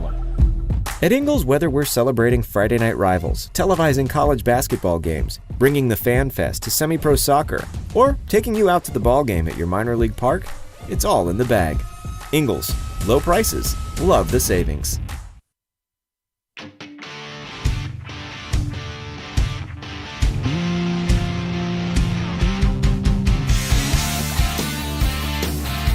Back in the Sportsocracy on ESPN Asheville, 92.9 FM, 880 AM, and 1400. Nick Sirianni. We were sent this story. By our buddy Soaring Eagle. I had to verify it. I never could. Then he verified it for me. Because NBC Sports reported on it. Yep. The story is that Derek Gunn, longtime Eagles reporter, went, I guess he did an interview with Craig Carton. FS1 host, yeah. And said the reason that the Philadelphia Eagles collapsed this past year was because of Big Dom. Big Dom and remember, he was the one that got into a little run-in on the sidelines with a player, and then he got suspended for the rest of the regular season. After that, the Eagles went into the crapper. They only won 1 game from that point on. He did come back for the playoffs, but as the story says, by then the damage had been done, and they were listless against the Tampa Bay Buccaneers in that playoff game. And that was the last time we saw Nick Sirianni look like a competent NFL head coach. Exactly. Here's the thing. He's the head of security, and Big Dom apparently keeps all of the emotions in check on the sidelines, saying that he's basically like the daycare attendant. Just making sure that Nick doesn't fight with people. Players, coaches, referees, whatever. If this is true, I lost what little respect I had for Nick Sirianni. Well, I didn't have any in the first place, so I couldn't possibly lose that. If this is true and you didn't fire him, you get what you deserve. Straight up. If this is true, that he needs a babysitter to keep him from being a jerk to people, then you're not an NFL head coach. Okay? I mean, honestly. Mm-hmm. If that's what you need, you're a child. There are certain things that people can tell me of, and I'm going to draw a weird analogy here. You ever meet that person that's sick all the time? Like, no matter what, you just never feel good. Do you ever look at that person and go, maybe you need to just butch up? Because you get to a certain age where, yeah, you don't feel like you're 16 anymore. That doesn't mean you're sick. There's a very large difference between sick and I just don't feel 100%. There's kind of where I'm at with this. So you're telling me we have to implore Big Dom here to keep you in line? Really? Well, that just speaks to his fiery passion. No, this speaks to that he's an idiot. I mean, if this is true, I have not verified that this is true. I know Derek Gunn reported on it. I was not comfortable with anything that I heard that said this was. I heard a lot of other stuff, but it was said to me to be a cop-out. That this was a story that was conceived of they thought that it would be the NFL was against them and they took Big Dom away, and that was his almost like his pullback guy. You remember Brett Venables had one of those at Clemson, that he was so fiery that he pulls him back. Well, the problem is that when the story got out, it didn't read that way. And so now it's just kind of gotten out there, and outside of Derek Gunn and a couple others, nobody can verify to me that the story is true. I almost don't care if it's true. Because let's just say you conspired this to make him look good. Okay, now I have questions from the top down that are terrifying. If you didn't think this would read exactly the way it does, because it makes it sound like you have a petulant, immature head coach. Yes. Which, if you watch this team, I can be convinced of that. I also think you have a coach that's just not very good, and he's not very smart. And he entrusted people that, like Pat Matricia. And that didn't make any sense at the time. It certainly didn't. But that didn't have anything to do with Big Dom. Yeah, you didn't turn the defense over to a failed NFL head coach who's never been literally worth his weight in horse excrement outside of Bill Belichick. Big Dom didn't do that. That's you. Sean Desai, that was you. Brian Johnson, that was you. But did that happen after? The offense was awful all year long. It just got worse. But did Sean Desai get demoted after the Big Dom incident? No. Okay. No. I mean, to me, the problem that I have with this story is it makes it feel like you're trying to blame an absolute epic collapse that happened over the course of the season. It just got worse at the end. Okay, so maybe this was the matchstick that you lit and threw it on the gasoline pile, but the gasoline had been stacking up for a while. I mean, I said this in week 3. I don't know what's up in Philadelphia. That team is not the same. Then they played my Jets, and I was sure of it. Well, they weren't. They were lesser coached, and then it got worse from that point on because your coach went from being someone that you might be able to talk to, you might be able to reason with when Big Dom is around. Assuming that this is true, at that point, that's where it went off the rails. You no longer had that buffer between Nick Sirianni and the players, and it became a major cancer because of it. It is an extreme indictment on Nick Sirianni and his temperament to be a head coach in this league. Do you feel good about having a coach that has to be held back to just have normal communication on a sideline? That seems ridiculous. To me, it's all completely insane. Completely. And it also completely... Do you see where I'm coming from, that this completely shines over... I don't remember exactly what week that happened, but it was later in the season. So what happened in the first 13 weeks? All right, so if this was the straw that broke the camel's back, what happened the first 13 weeks? Well, was he just a dum-dum at that point? All right, so you're trying to give me this to explain it, but it doesn't explain it. Well, it does. I mean, it explains why it got so bad. It was already rocky because you had the new coordinators there. Yeah, they had the worst defense in the NFL. That happened the entire year, and it had nothing to do with Big Dom.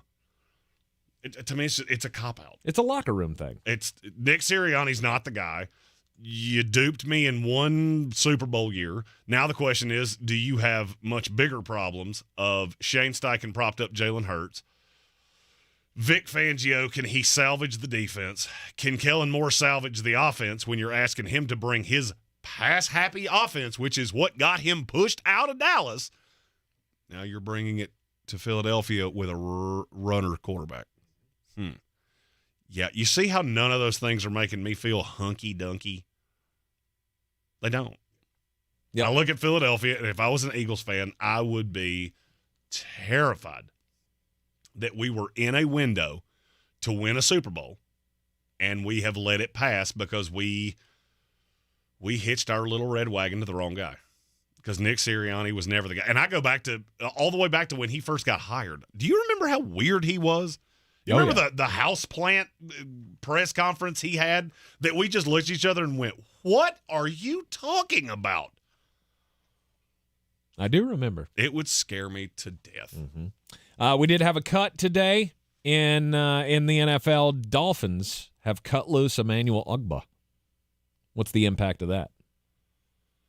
Well, the confusing part is, all right, so you're cutting Emmanuel Ogbah to save the money. You're not going to have Bradley Chubb or Jalen Phillips to start the year. So that's odd. I get cutting Ogbah because he was very expensive, but I don't know what you're going to do to start the season. Miami's got a really interesting offseason ahead of them. And you know who else has an interesting offseason ahead of them? Who's that? The state of North Carolina. Because we got big things happening here in North Carolina. And the biggest of all, DraftKings Sportsbook, one of America's most trusted and top-rated sportsbook apps, is coming to North Carolina. You'll be able to do same-game parlays, money lines, props, live betting, and they've got a new thing that none of you have ever seen before, which is odds boost. Certain wagers, they will pump up the odds so you can make even more money. And they make your money easy to deposit and withdraw when you win. You can also join social betting groups so you can see what your buddies are wagering on. You can bet on college basketball, hockey, football, all the things, and you do it at DraftKings Sportsbook. It's secure, reliable, and safe. New customers download the DraftKings Sportsbook app now. Bet on all your favorite sports once we go live. Only on DraftKings Sportsbook, coming to North Carolina on March 11th. Gambling problem? Call 877-718-5543 or visit morethanagame.nc.gov. 21 plus, North Carolina only. Eligibility restrictions apply, subject to regulatory licensing requirements. See terms at DraftKings.com/sportsbook/NC. This is your Exergen Temporal Scanner weather forecast on ESPN Asheville. Decreasing clouds this afternoon as sunshine mixes in. Breezy to windy at times. Highs middle to upper 50s. Partly cloudy. Cold tonight. Low to mid 30s.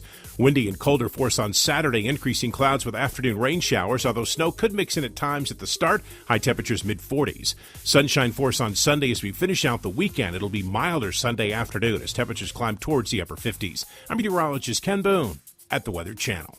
Texting enrolls you into recurring automated text messages. Consent not required to purchase. Message and data rates may apply. Hey, Dan, how you doing? Haven't seen you around the gym for a while. Yeah, I've really fallen off. Since I turned 40, I just don't get the results I used to get. Could be lower testosterone. Lower T? Yeah, I went through it a while back. Once you hit 40, your body has less free testosterone. I got Nugenix Total T, and it's made a huge difference for me. I've seen that on TV. Is it for real? Oh, yeah. The patented key ingredient is something called Testofen, which helps boost free and total testosterone levels to help you trim up and stay lean. And it's made a difference for you? Man, I feel like I'm in my 20s again. At work, in the gym, and in the bedroom. Are they still giving out complimentary bottles for people to try it for themselves? Yeah, you just need to send them a text. Text TAP to 321-321 right now for your complimentary bottle of Nugenix Total T, the #1 selling testosterone booster at GNC. Plus, text now and we'll include a bottle of Nugenix Thermo, our most powerful fat incinerator ever, to help you get back into shape fast. Absolutely free. Text TAP to 321-321. That's TAP to 321-321. From the Ingalls Studios, this is ESPN Asheville, WPEK, W225CJ Fairview, WMXF Waynesville, and iHeart radio station.